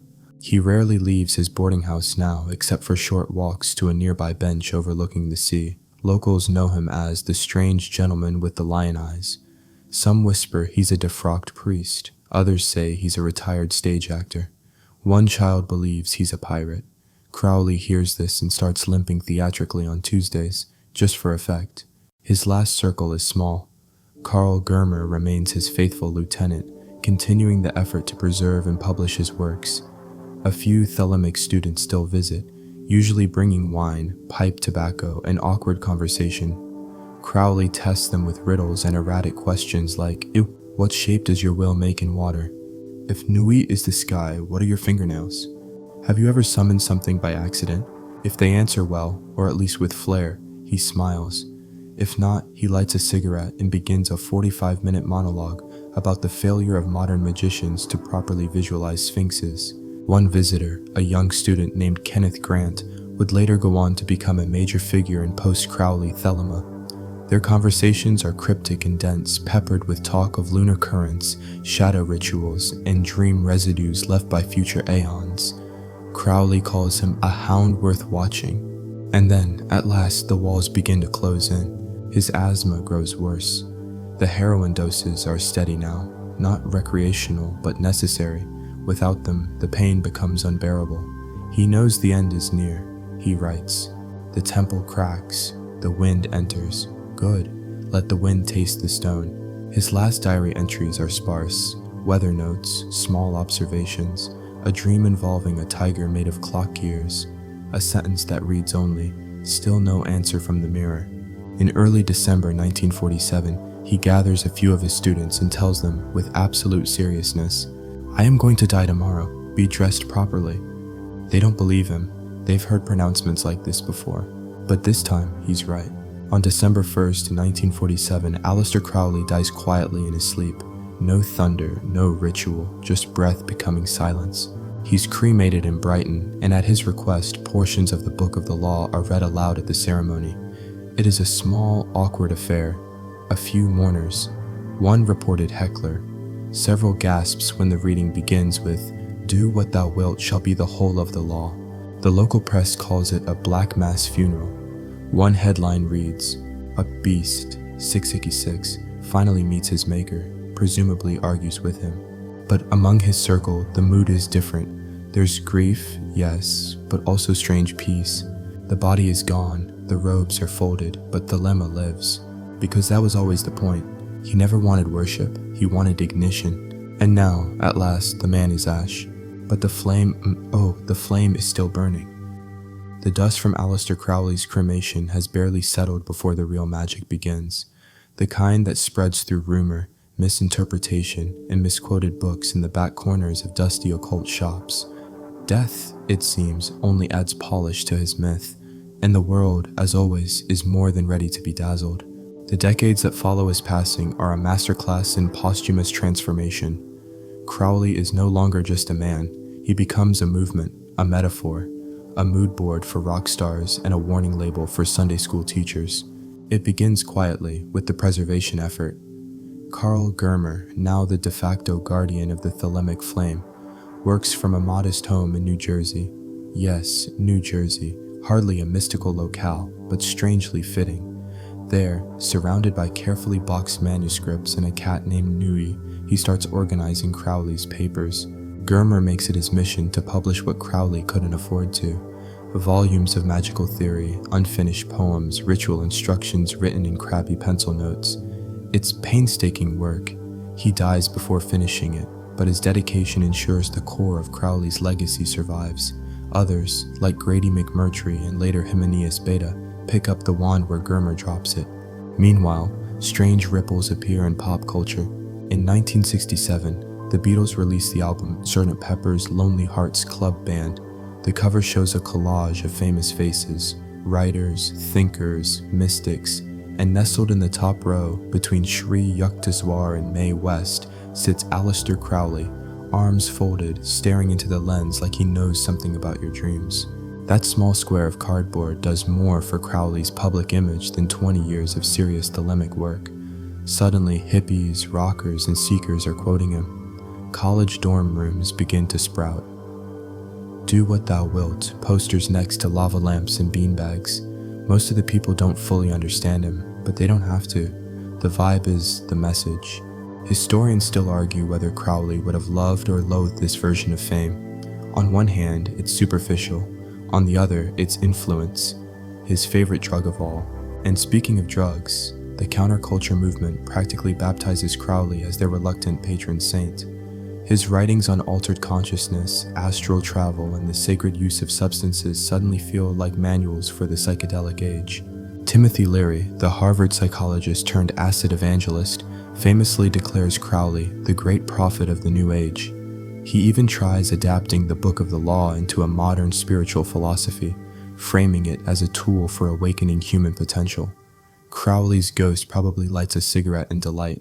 One particularly strange tangent: a group of California magicians begins using thelemic rituals as part of group LSD ceremonies. They chant invocations, read from Liber and trip face first into visions of Horus riding a flaming spaceship. Whether they find enlightenment or just get sunburned depends on whom you ask. Then comes the music.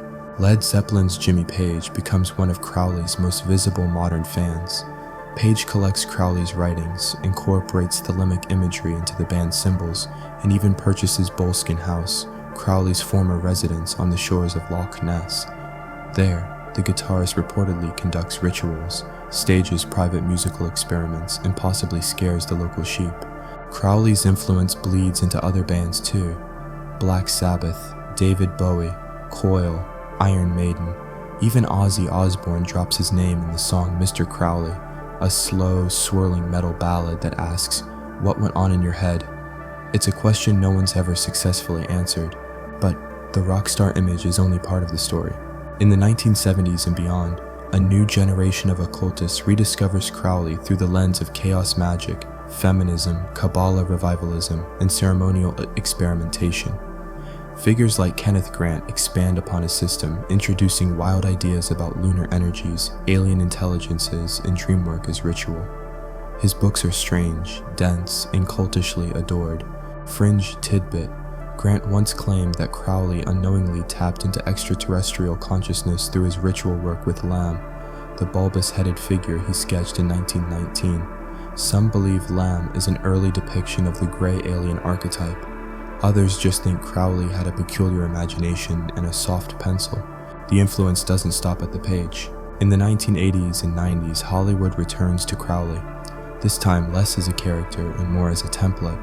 Films begin to feature mysterious figures modeled loosely on him: robed sorcerers, dangerous philosophers, sinister cult leaders with charming smiles and confusing bookshelves. And then there's the occult boom on the internet. In chat rooms, forums, and early blogs, Thelema experiences a digital rebirth. New students gather online to discuss rituals, argue over translations, and debate the difference between true will and just doing whatever you want while wearing eyeliner. Crowley quotes become the bedrock of many online magical communities. Every man and every woman is a star. Love is the law, love under will.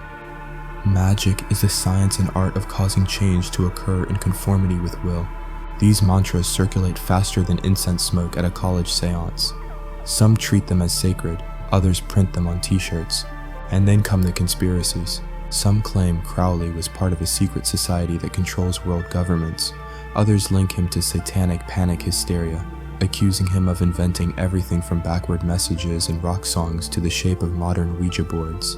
These claims are usually wrong, occasionally hilarious, and somehow still help cement his legacy. One particularly ridiculous theory, that Crowley was secretly the father of Barbara Bush. No evidence supports it, but the internet, as always, is unbothered by evidence. The meme spreads. Crowley shrugs from the astral plane. What's most extraordinary, though, is how Thelema survives. Through all the spectacle, scandal, and second-hand interpretations, there remains a core group, quiet, studious, sincere, who continue the work. They meet in private lodges, perform the Gnostic Mass, study Crowley's writings, and try, in their own imperfect ways, to live by the law of Thelema, not as rebels, not as witches, but as seekers, because for them, Crowley's wild ride through ritual, rebellion, poetry, and powdered incense wasn't about ego. It was about liberation. And though the world still doesn't quite know what to do with him, wizard, weirdo, prophet, prankster, it's clear that his legacy refuses to fade. Crowley once wrote, "I want blasphemy to be as respectable as poetry." In the end, he may have succeeded, because whatever else he was, villain, visionary, or very high at the time, he gave the world permission to ask forbidden questions, draw stars in notebooks, and whisper to mirrors without apology. And somehow, that's still magic. The 21st century arrives not with a thunderclap, but with a touchscreen and way too many hashtags. Yet somehow, amidst the Wi-Fi signals and ring lights, Aleister Crowley remains unnervingly present. His image, half sorcerer, half smirk, floats through new media like incense through a nightclub. and his voice, though silenced decades ago, keeps slipping between the cracks of pop culture and whispered philosophy. Because Crowley wasn't just a man, he was a symbol factory, and symbols, it turns out, age surprisingly well. In modern occult circles, Crowley's name carries weight. Not always respect, sometimes it's eye rolls, sometimes awe, sometimes cautious curiosity, but never nothing. His writings are still studied, argued over, and yes, often misquoted. There are Reddit threads, Discord channels, online courses, an entire YouTube series trying to unpack Liber al vel legis line by dense line. And still, historians argue whether Crowley was truly a genius or just a very persistent chaos gremlin with a decent vocabulary.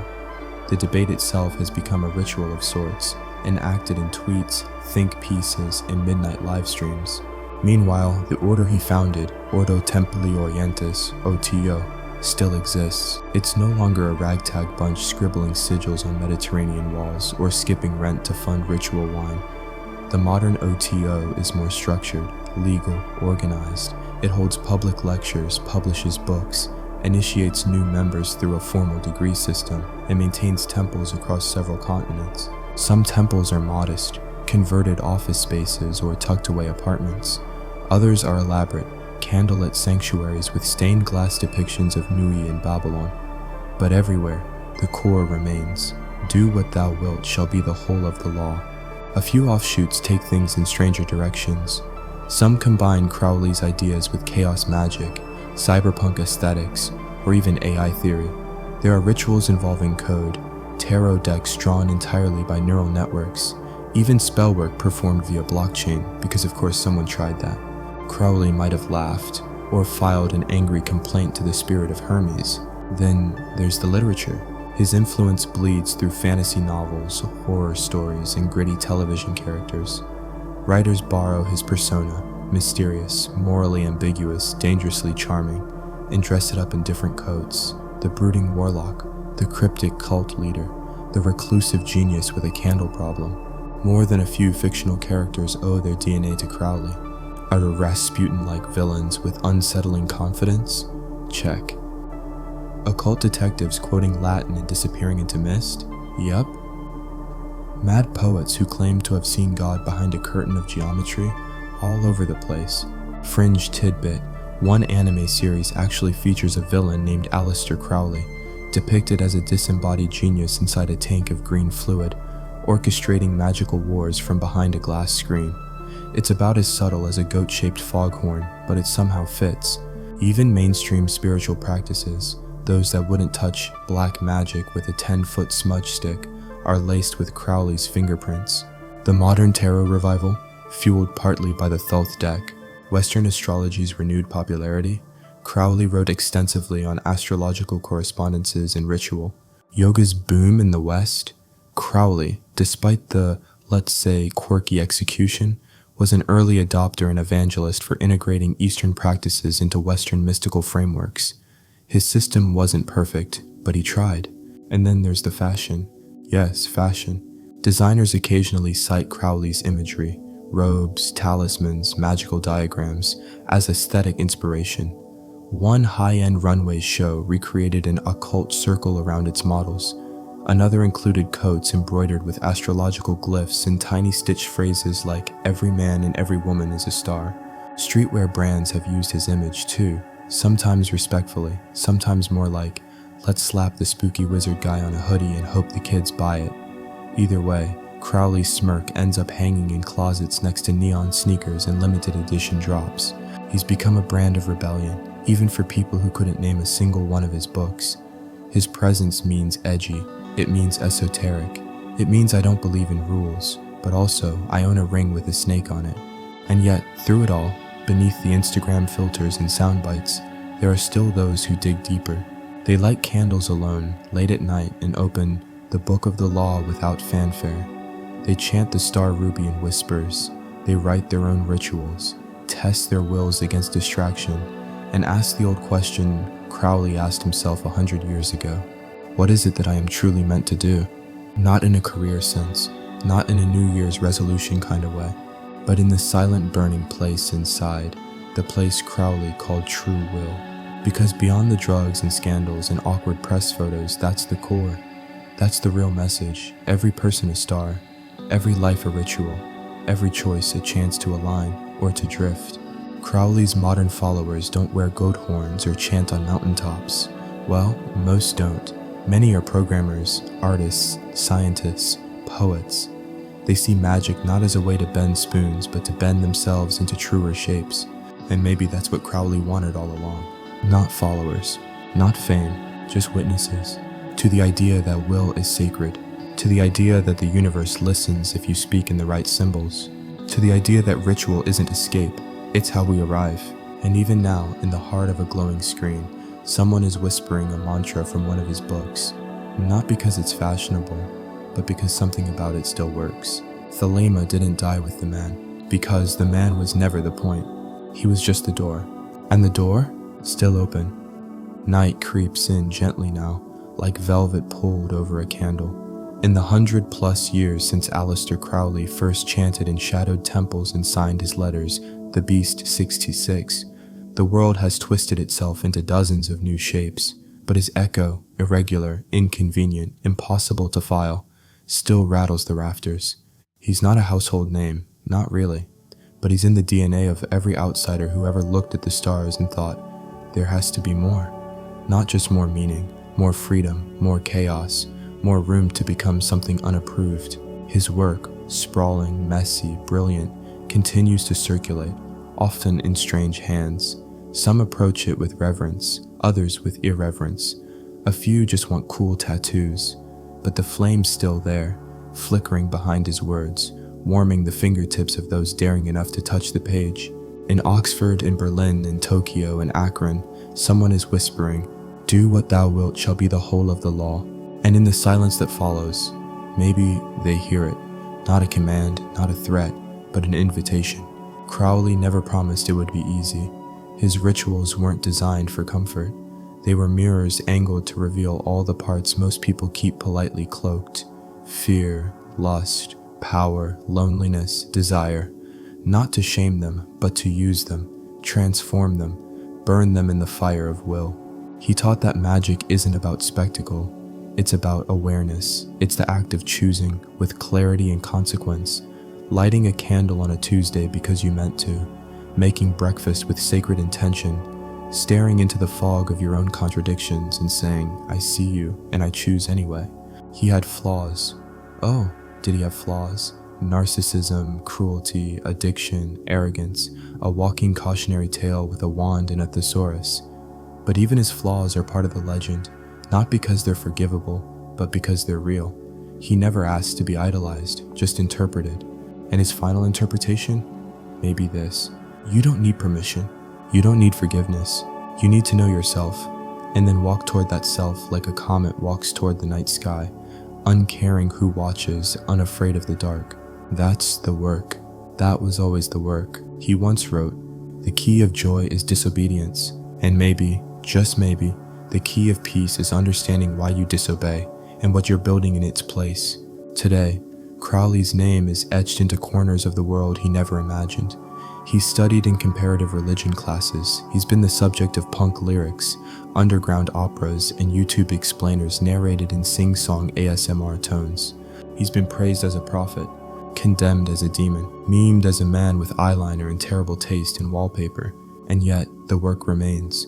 Books in translation, rituals recited, lives changed by 3 words he scribbled in Cairo after hearing the voice of a god that might have been himself. Do what thou wilt. Thelema lives, not in marble halls or fiery altars, but in moments of alignment, when you recognize who you are, what you're here for, and how to get there without apology. That's Crowley's legacy, not the scandal, not the robes, not even the infamous number, but the challenge, and the courage to accept it. So now, with the final card drawn and the candle low, let's let go of the man who called himself the Beast and the noise he carried with him.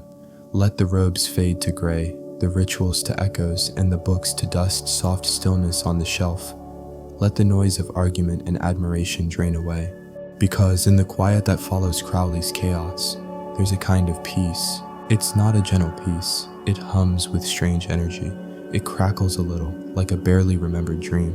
but it's peace just the same. You don't have to be a magician.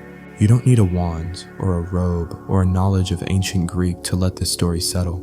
Just breathe, let the images drift. Bullskin house by moonlight, tarot cards spread like stars. A man laughing as he whispers a spell that may or may not work. Let all of it become soft, distant.